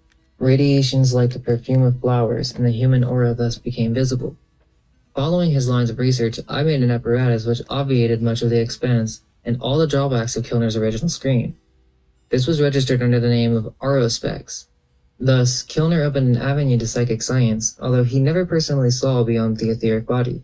The avenue is led by the most direct route to second sight and has been adopted by spiritualists as the safest and most certain method of development.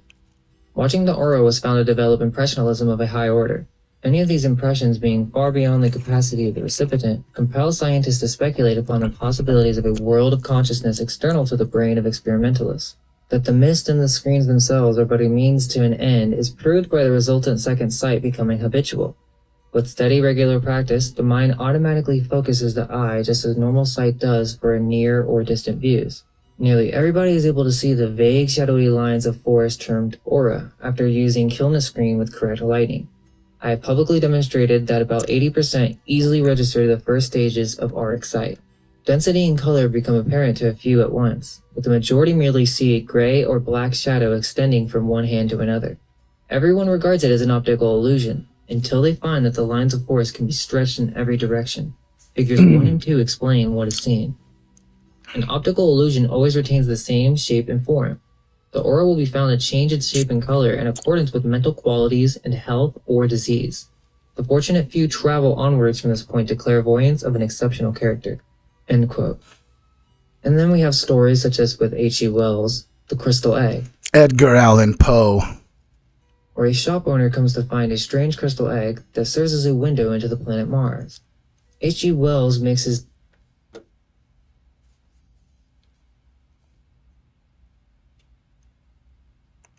No, Queen Trip is not here. She's currently at her Matrix job. She's currently out here grinding, providing for the fam. You know what I'm saying? this occult knowledge with the popular sci-fi culture at the time. But these ideas exist within our subconscious because they come from an ancient time when we were more connected with other realms of existence. There's actually a website online where you can buy them from Russia. They're called prana glasses, but it looks like they use the same method as Kilner. I don't know. Damn, you can buy glasses to see auras, dude. Who can see auras? I'm not one that sees necessarily bright colors. You know what I'm saying? So I'm just curious on like who are my people out there, because I know there are some. If you're there, let me know in the comments for real. I don't know, there's some weird stuff on this site, but it seems that they might be for training your eyes to see the etheric realm. They say that you can take them off and still see the aura afterwards for a short period of time. So I don't know, what do you think? Is They Live based on a true story? Let us know. Yeah, tell me, what do you think? What is it that you think? What is it that you think? I think they're real, bro. I think they're real, bro. We're trying to go with Trippy, right? We're trying to go with Trippy, right? We're tripping out today, aren't we? We're watching some trippy stuff. Put your trippiest emote in the chat.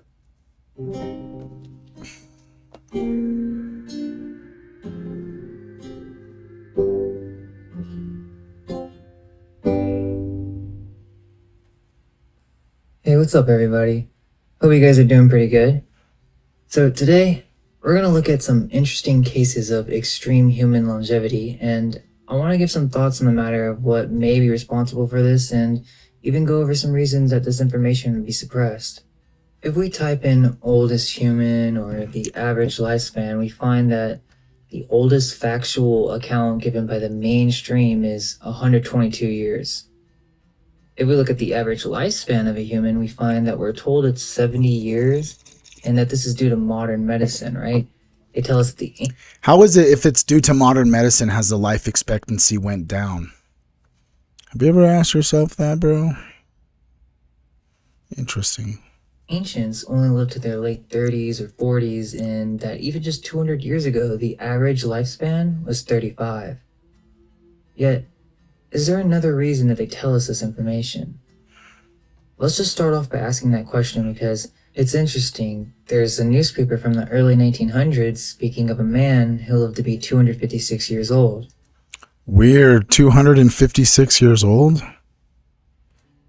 Many of you may have heard this story, but we will cover other accounts as well that are I have not, Nicole. not accepted by the mainstream. And with that, let's get started. Let's get started.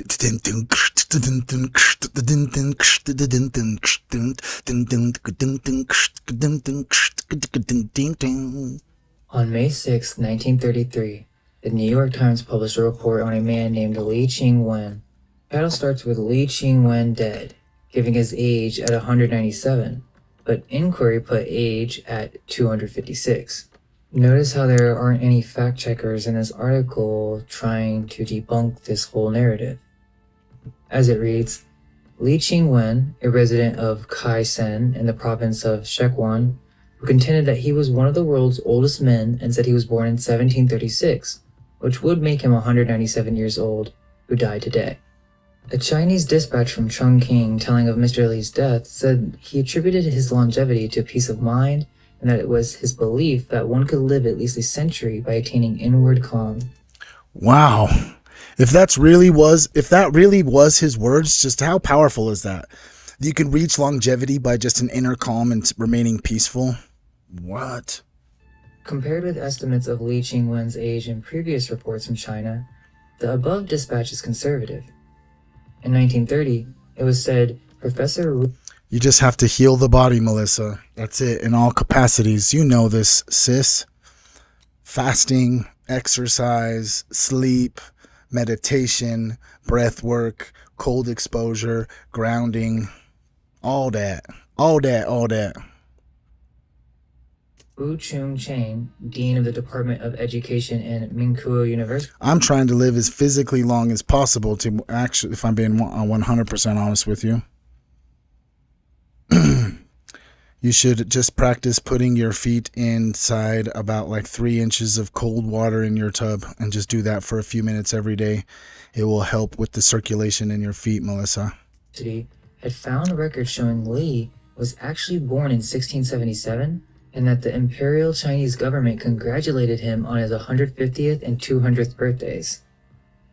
A correspondent of the New York Times wrote in 1928 that many of the oldest men in Li's neighborhood asserted their grandfathers knew him as boys and that he was then a grown man. According to the generally accepted tales told in his province, Li was able to read and write as a child by his 10th birthday and had traveled in Kansu, Shaanxi, Tibet, Annam, Siam, and Manchuria gathering herbs. For the first 100 years, he continued at this occupation. Then, he switched to selling herbs gathered by others. Wu Peifu, the warlord, took Li into his house to learn the secret of living to 250.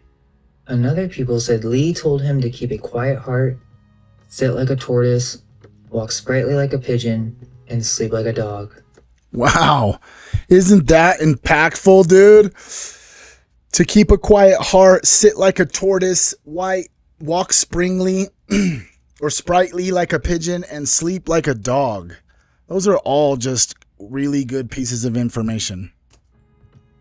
According to one version of Li's married life, he had buried 23 wives and was living with his 24th, a woman of 60.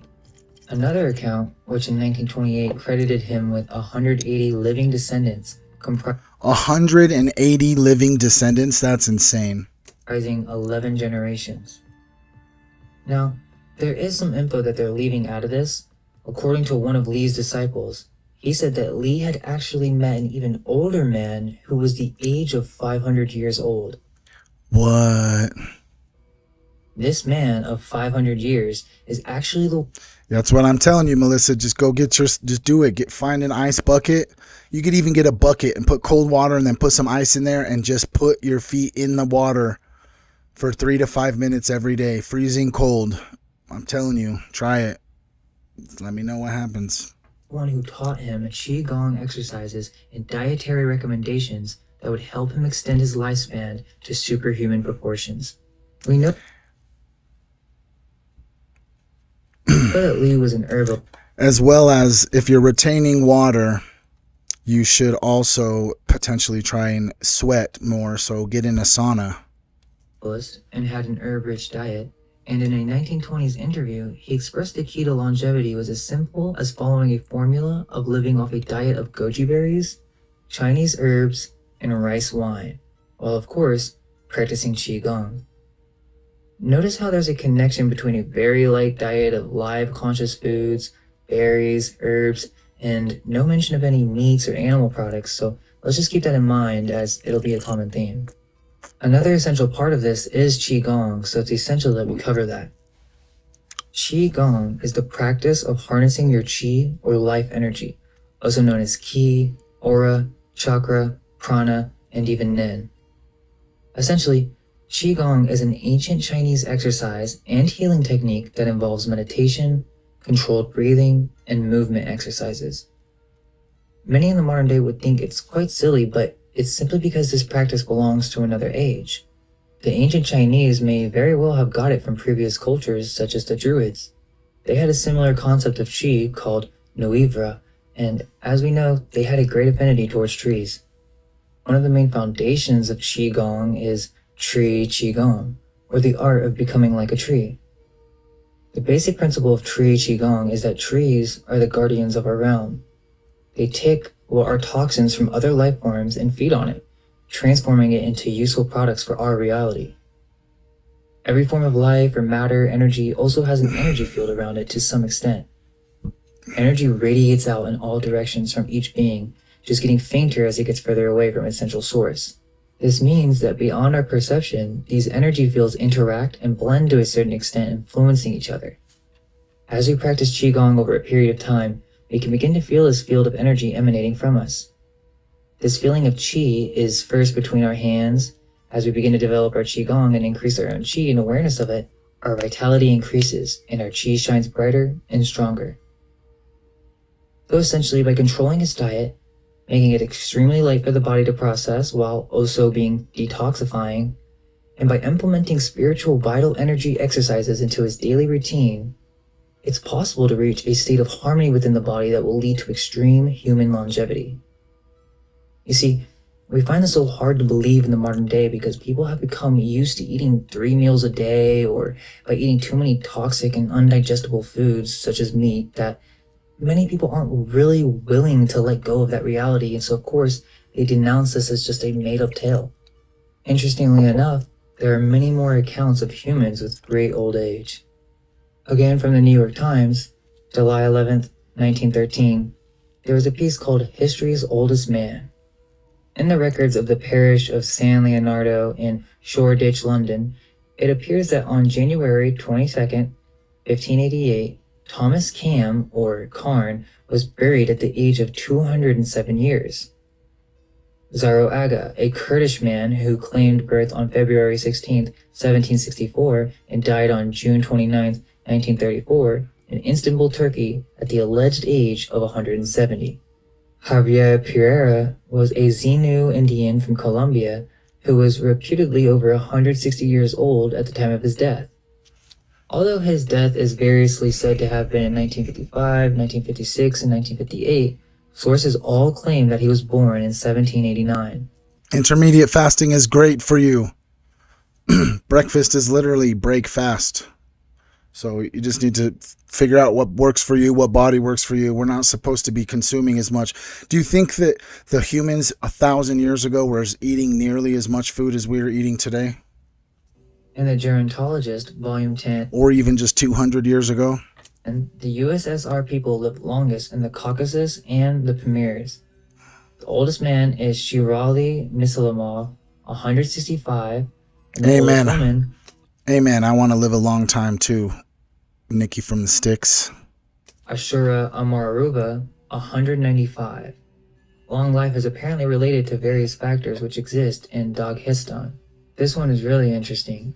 In the European Magazine and London Review, volume 25 from 1808, it says, quote, "Amongst the letters intercepted in the Spanish packet brought into Scotland is one which comes from Cordova in the Tucumán in South America, and it mentions that a black woman named Luisa Truxo is now living there aged You notice how on the bottom it says the emblem of America?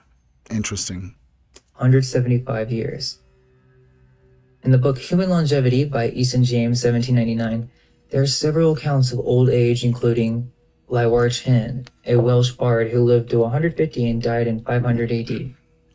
Thomas Parr of Winnington, Shropshire, who lived to 152 and died in 1635. Henry Jenkins of Ellerton, who lived to be 169 years old and died in 1670. Peter Torden, a Hungary peasant who lived to be 185 and died in 1724. Another interesting story is about Frederikus Gualdus, author of Revelation of the True Chemical Wisdom, lived in Venice in the 1680s. His age was reported in a letter in a contemporary Dutch newspaper to be over 400 years. It was 400 years? He's one of them white bald cannibals with that freaking wig he's got on there. well known that he was a practicing alchemist. Now keep in mind... Of course he was. Of course he was. He was an alchemist and lived to be 400 years old. Find that most of these that we just presented are documented and verified according to the mainstream narrative. Yet, we haven't even begun to dive into the myths and legends of a variety of different cultures. From China, Fu Qi is a cultural hero in Chinese legends credited with the creation of humanity and the invention of music. He lived to 197 years old. Lucian, an ancient Greek satirist, who wrote about the Saris, a Chinese people claiming they lived for over 300 years. Zhuo Qi, a legendary figure of the late Eastern Han Dynasty, it is believed that he had existed before the collapse of the Han Dynasty, and it is claimed that he lived until the age of 300. He learned his magic and path to longevity from the Taoist sage Feng Heng, and eventually passed his arts to Ji Xuan. Peng Zhu is a legendary long-lived figure in China. He supposedly lived over 834 years in the Shang Dynasty. Some legends say that 1 year was 60 days in ancient China. That made him more than 130 years old. Others say he was over 200 years old or over 400 years old. In Egypt, the Egyptian historian Manetho, drawing upon earlier sources, begins his Egyptian king list with the Greco-Egyptian god Hephaestus, who was the king for 9,000 years. In Irish lore, a crone is an old woman or supernatural human that can live up to 300 years. They're so old that they have feathers growing at the back of their heads. In Greece, a book, Macrobi, Long Livers, is a work devoted to longevity. It lists 3 main extreme cases. Here's a quote from the book. Quote, I give you the men who are related to have attained great age with a sound mind and a perfect body. Some profit may accrue to you from the treatise in 2 ways. On the one hand, encouragement and good hopes of being able to live long yourself, and on the other hand, instruction by examples. If you observe that it is the men who have paid most attention to the body and mind that have reached an advanced age and full health. Nestor, you know, the wisest of the Achaeans, outlasted 3 generations. Holy cow. Homer says, and he tells us that he was splendidly trained in mind and in body. Likewise, Tiresias, the seer, outlasted 6 generations. Tragedy says, and one may well believe, that a man consecrated to the gods, following a simpler diet, lives very long. Wow. Consecrated to the gods and following a simpler diet lives very long. That just really impacted me. Notice how he mentions how a simpler diet is crucial to living long. So, we have Tiresias, the blind seer of Thebes, who lived over 600 years. Nestor, who lived over 300 years. And hey, real quick, can I just ask everybody who's up on the Twitch channel for just a few minutes to just leave Twitch, go over to YouTube, comment a bunch of shit, hit the like button a bunch of times, help the algorithm know that there are people in there engaging almost 2 hours in. Then the series people, as we mentioned, what he says in the book, quote, indeed, there are even whole nations that are very long-lived, like the series, who are said to live 300 years. Some attribute their old age to the climate, others to the soil, and still others to their diet, for they say that this entire nation drinks nothing but water. Now, we have to keep in mind that most of our knowledge of the ancient world was destroyed during the destruction of the great libraries. Of course, we have the famous Herodotus, the Greek historian who claimed both the oldest inhabitants of Greece, the Pelasgians, who came before the Dorian, Ionian, and Elian migrations, inhabited Arcadia and Thessaly, possessing the islands of Lesbos and Lacomanus, which were full of orange groves. The people with their diet of dates and oranges lived on an average of more than 200 years. No, YouTube. Can everybody just jet over to YouTube real fast? hit the freaking shit, the buttons, comment Team Human, comment a bunch of stuff just to help the algorithm. We're 2 hours into the live stream just to pump it out. You know what I mean?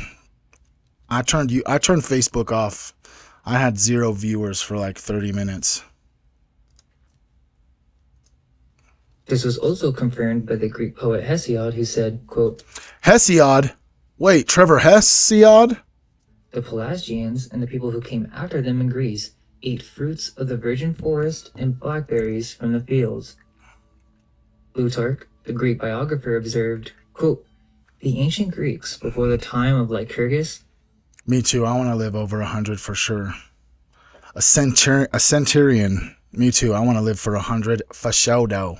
As long as I possibly can. And I'm just getting I'm getting a late start. I'm 38 rotations around the sun to where I'm really just honing in on my physical health. I've mastered the spiritual health.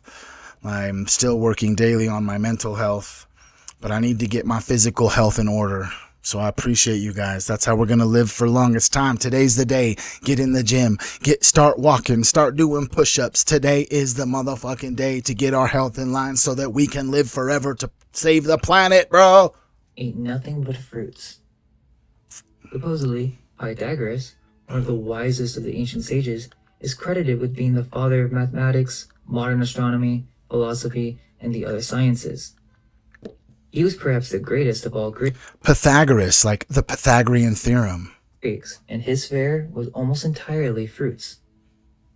Much of our history indicates that our ancestors were fruitarians, but most of our ancestors were fruitarians. You hear that? They were fruitarians. History books today omit or falsify our past and our fruit-eating nature. Most religions have their origins in... I mean, to be honest, I stopped celebrating my birthday and I just know that I've been on Earth for 38 rotations around the sun. I don't necessarily identify that with how my body feels and looks and acts. You know what I'm saying?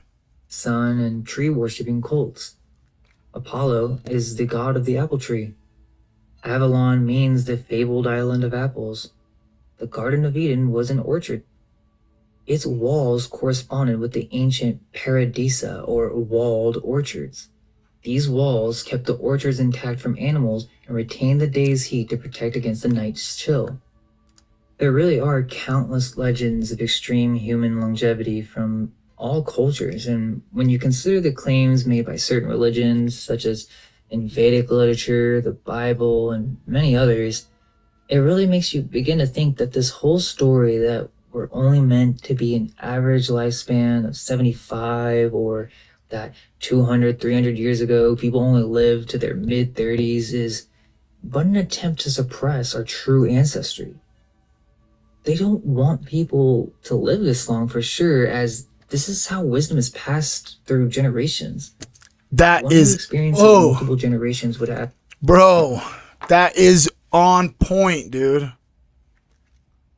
The reason they don't want us to live that long is so that information cannot be passed down about history.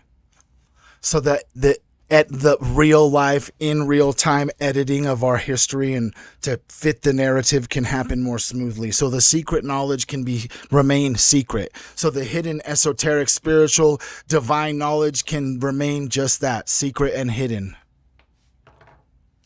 That's why I think our human life expectancy has decreased even in the far advancements in medical science.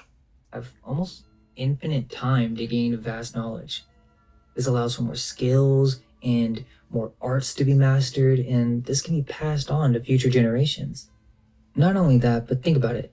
The elite don't want us to know that it's possible to live to 300 or even longer, for not only is this the harmony of the human body and the mastery of your vital energies, but this could literally change someone's perspective of the reality they live in. Amen. Wouldn't that change the perspective of the reality that you're living in if you knew that you could live for longer than you thought was even close to being possible? Can't we just make a connection to the earlier stuff we were streaming about the observer effect and how your attention literally changes physical matter in this reality? So why can't your attention change and alter and heal the physical matter that makes up your avatar right? The shell that the being inside is occupying, right? All it takes is just your physical attention. Where your attention goes, energy flows. Or living this long is somewhat supernatural, hence why they deny its existence. But I don't know. You tell me. Do you believe it's possible to live past 200? Personally, I know it in my heart, as it's made very clear through the ancient texts that by eating a healthy diet, having a calm mind, and by harnessing and balancing your own spiritual power, you can achieve a long-lasting life. But with that, let me know your thoughts in the comments. Also, come check out our Insta and send us a message if you want to talk with us or share. Dang, bro.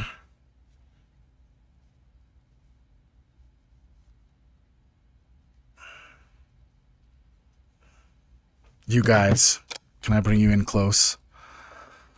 Sorry, I've just been occupied on my phone because, dude, I think the next step's happening, bro. The next step is happening. There is a program that everybody should buy or download. I mean, it's for free. It's for free, ski. It's called Buyer, okay?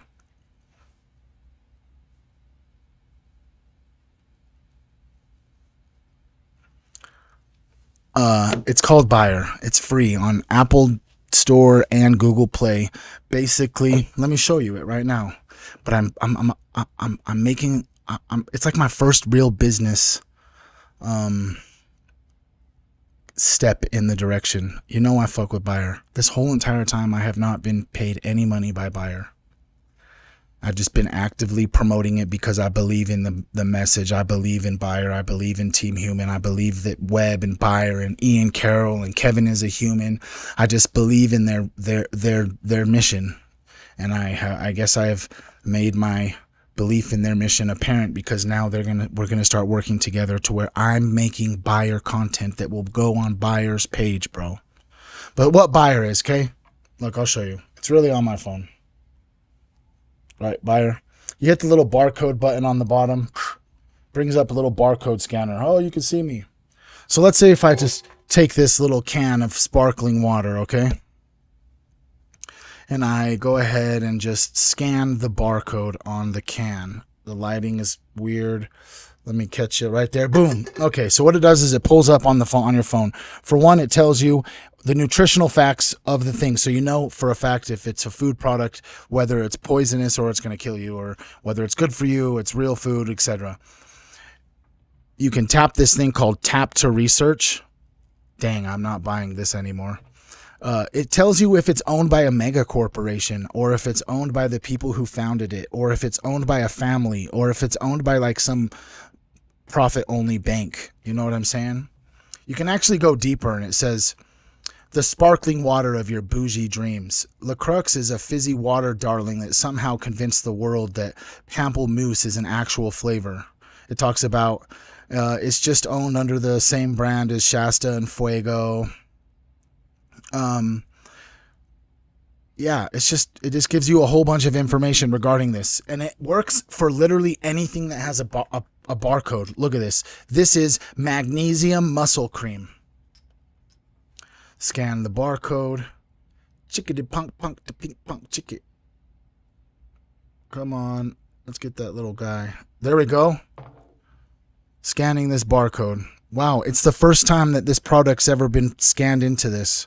I can actually, if I wanted to right now, put this in there and it would tell me everything about it. Interesting.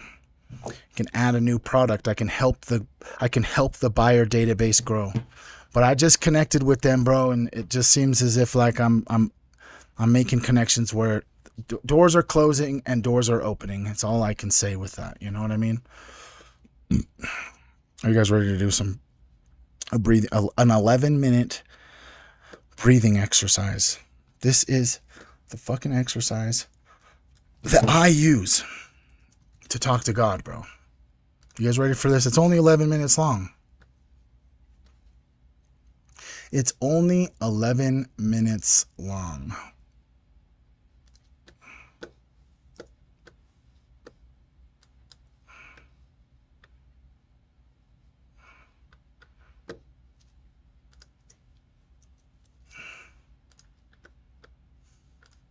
We're just going to do, I will share the link. Yes, I will share the link. I'm going to drop it in the Discord under the wellness channel. Drop it in the Discord under the wellness channel. Let's make sure everybody is up in the Discord first. Let me go ahead and just drop a little link. Just drop a little link ski in the link ski pink ski. Drop it right here. Come on. What's up, dude? What's going down, dude? Why won't you let me comment, dude? It's not letting me comment, dude.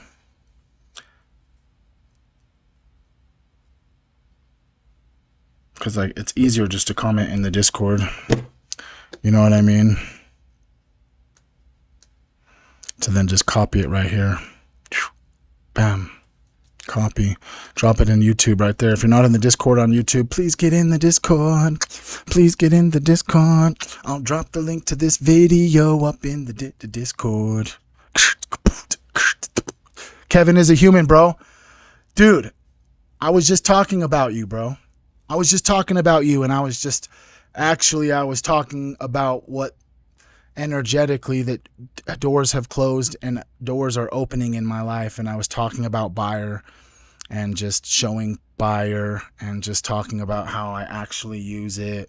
And we actually scanned this little sparkling water so I could show them that it was owned by a mega corporation, but it's actually still good for you. You know what I'm saying?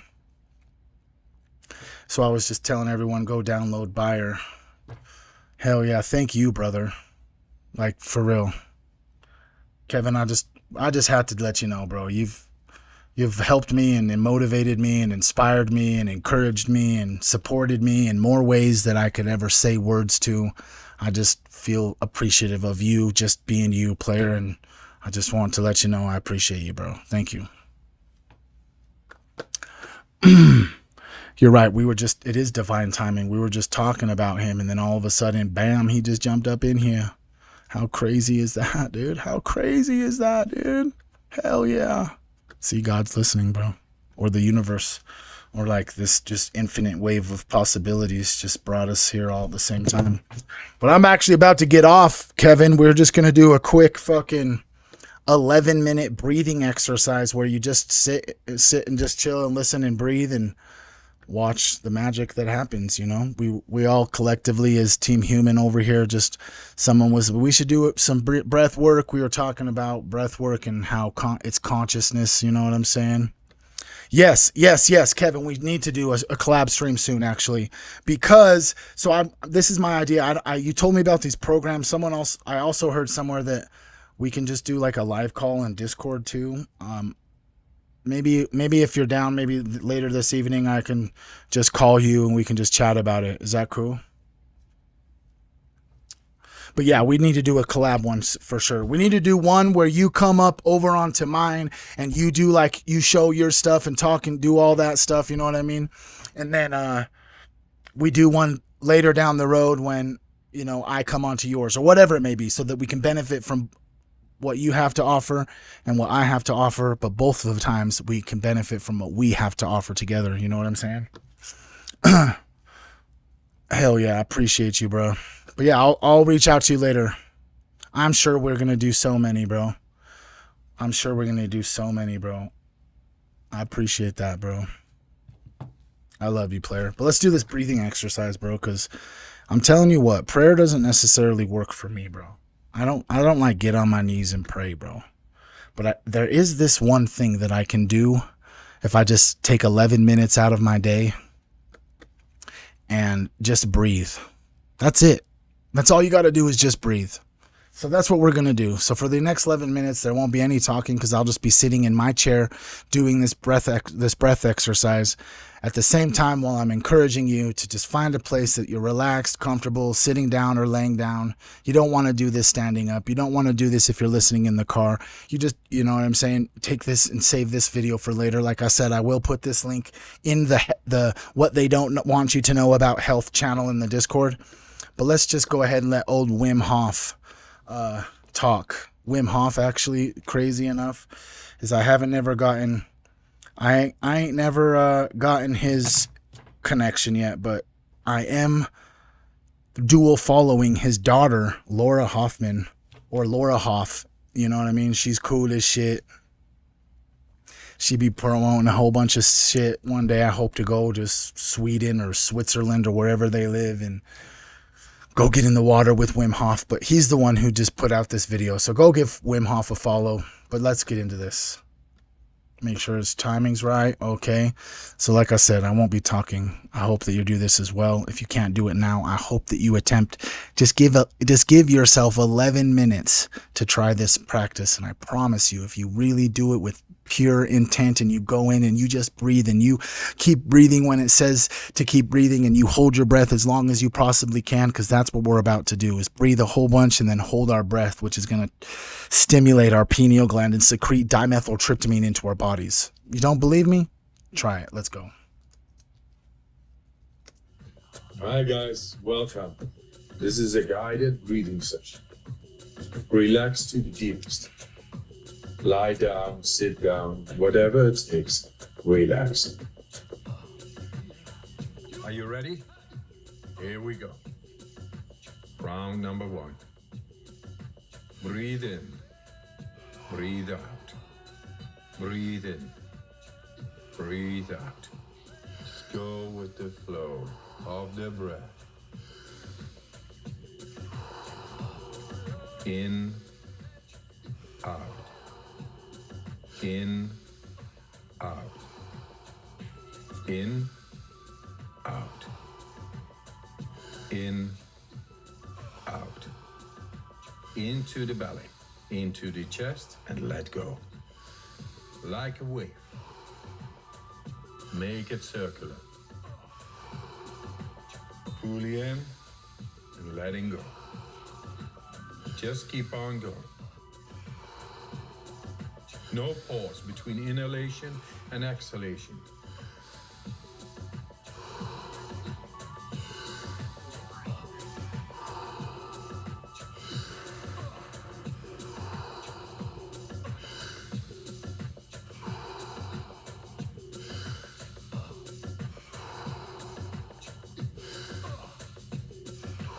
Ten more. Fully in, let it go.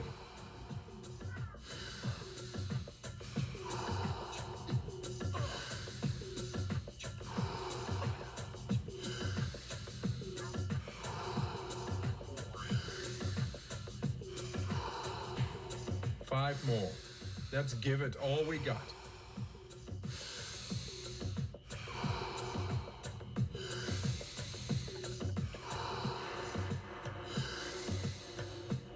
Last one. Fully in and let go. All right. 30 seconds breath hold from now on. Be in this moment. Let the body do what the body is capable of doing.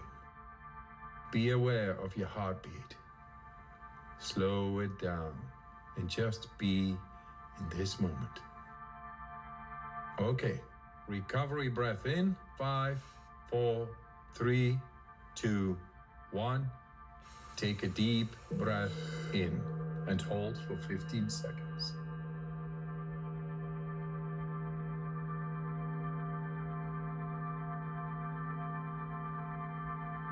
Exhale in 3, 2, 1.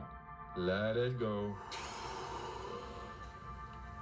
Round number 2. Breathe out at the last one, and then last one Breathe is breath. in. Breathe out. Breathe in. Breathe out.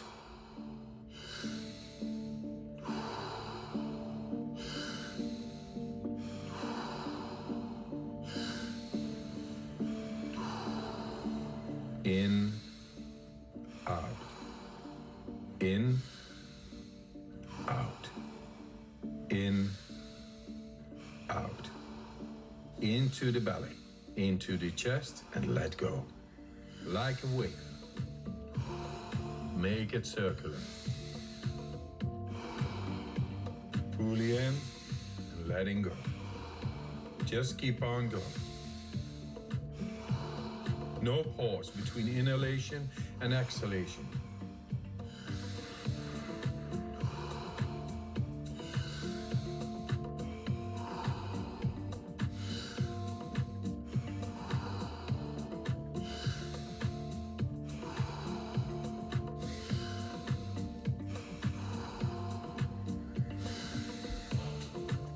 10 more. Fully in. Let it go. Nice, deep, circular breaths.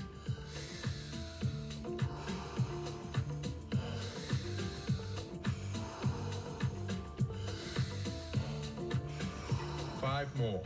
Let's give it all we got.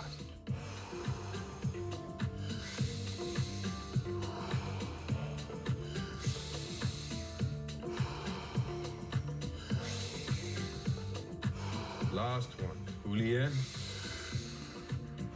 And on the exhale, stop. 1 minute, breath hold from now on. Feel, become aware of your body.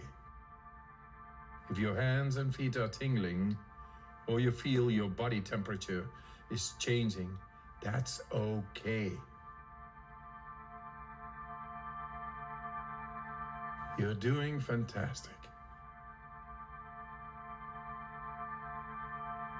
If you need to breathe before I give the cue, that's okay.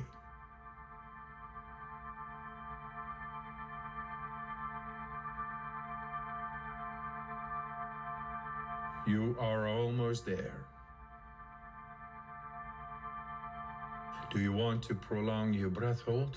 Pause the video now and continue when you feel the urge to breathe.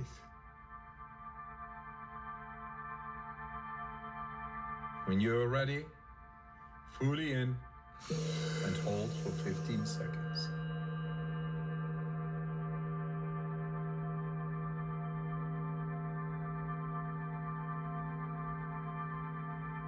Exhale in 3, 2, 1. Let it go. Round number 3. This one's magic. Back into that rhythm. Breathe in. Breathe out. Breathe in. Breathe out.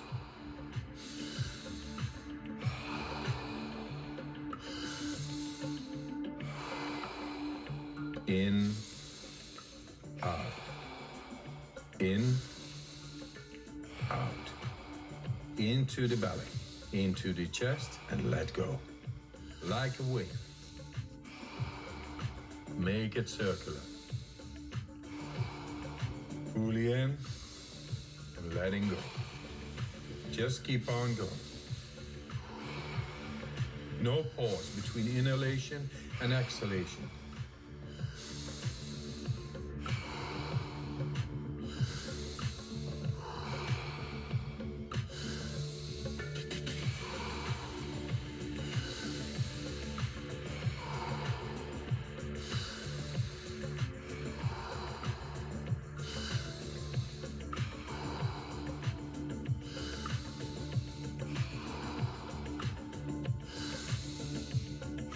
Ten more.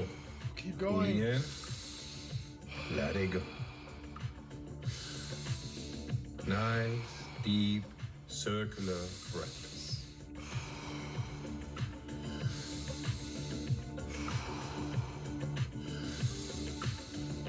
Five more. Let's give it all we got.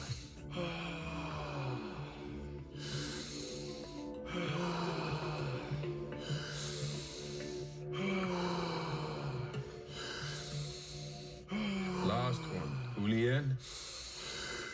And on the exhale, stop. 1.5 minute breath hold from now on.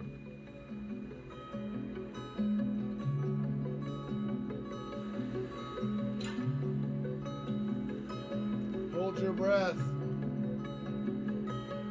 Become aware of the blood running through your veins, your heart beating. Feel.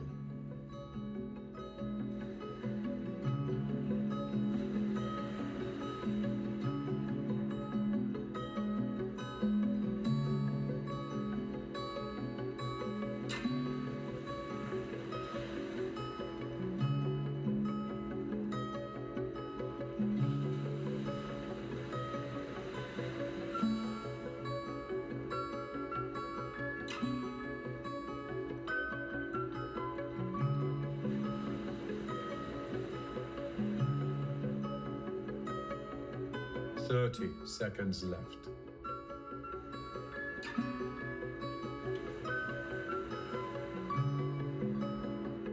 You are almost there.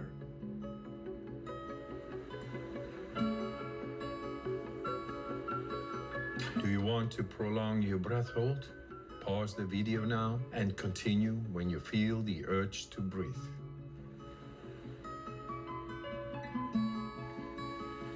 All right. Breathe in and hold for 15 seconds.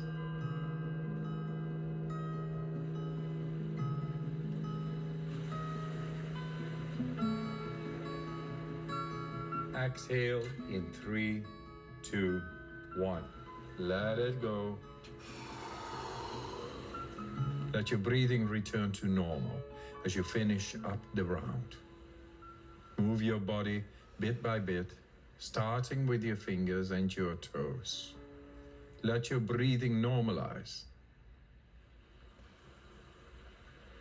If you liked this guided breathing session, we got more for you. We got a free app on our website. Oh, man. Whew, you guys. Did I feel fucking electric, bro? I feel my whole entire body vibrating, dude.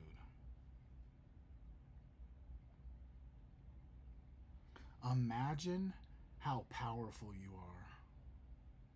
When I sit here and I tell you that you have the power to change the vibration of this planet, I hope that I just proved it to you.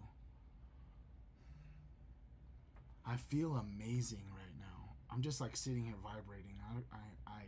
I can't explain it. I'm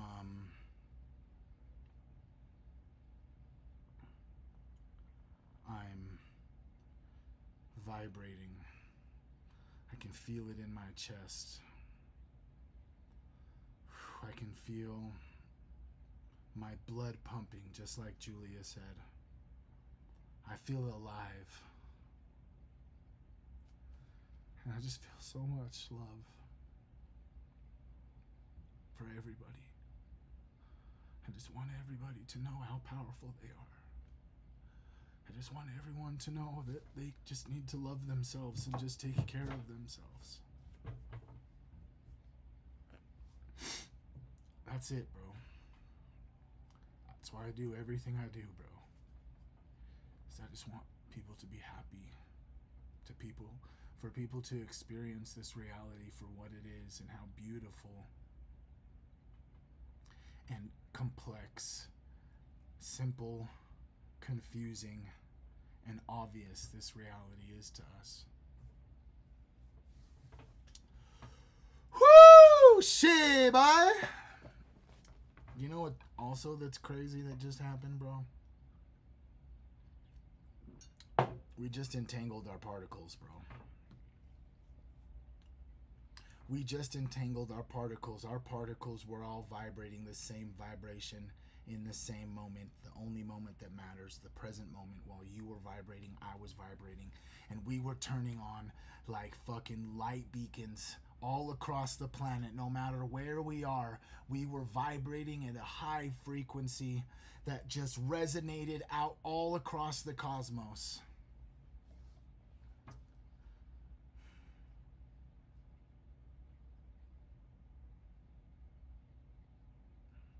That is correct collective prayer, my friends.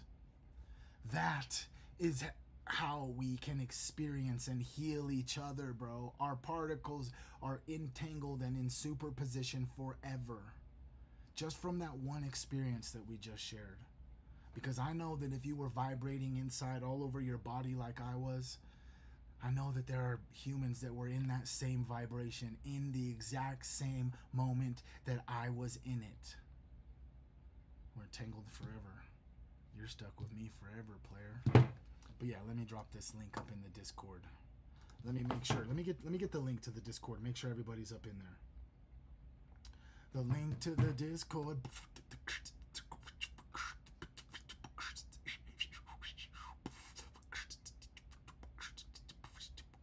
What? It won't let me. It won't let me. Motherfucking shit, boy. It won't let me. It won't let me. I'm gonna drop this in here, in this Discord. You gotta get up in the Discord if you're not up in the Discord, because the Discord is where Team Human be residing every day, all day. You know what I'm saying? We'd be just networking and just sharing information across the whole cosmos, bro. I don't know. Did you guys... I'm telling you, I just gotta ask, bro. If you're seeing this at a later time and you did the breathing exercise with us, did you feel that, bro? That was insane, bro. Yes, that link is valid to the Discord. I'm going to post this video,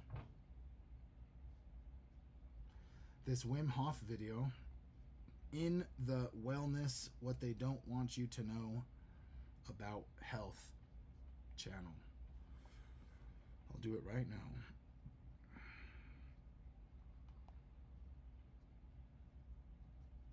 Thank you, Wim Hof. Friend of the show.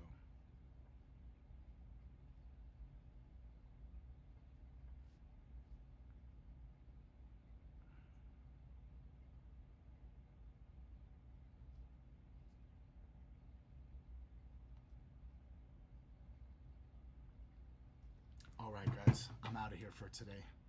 I love you guys so much. Thank you all for just showing up every day for me. I see it.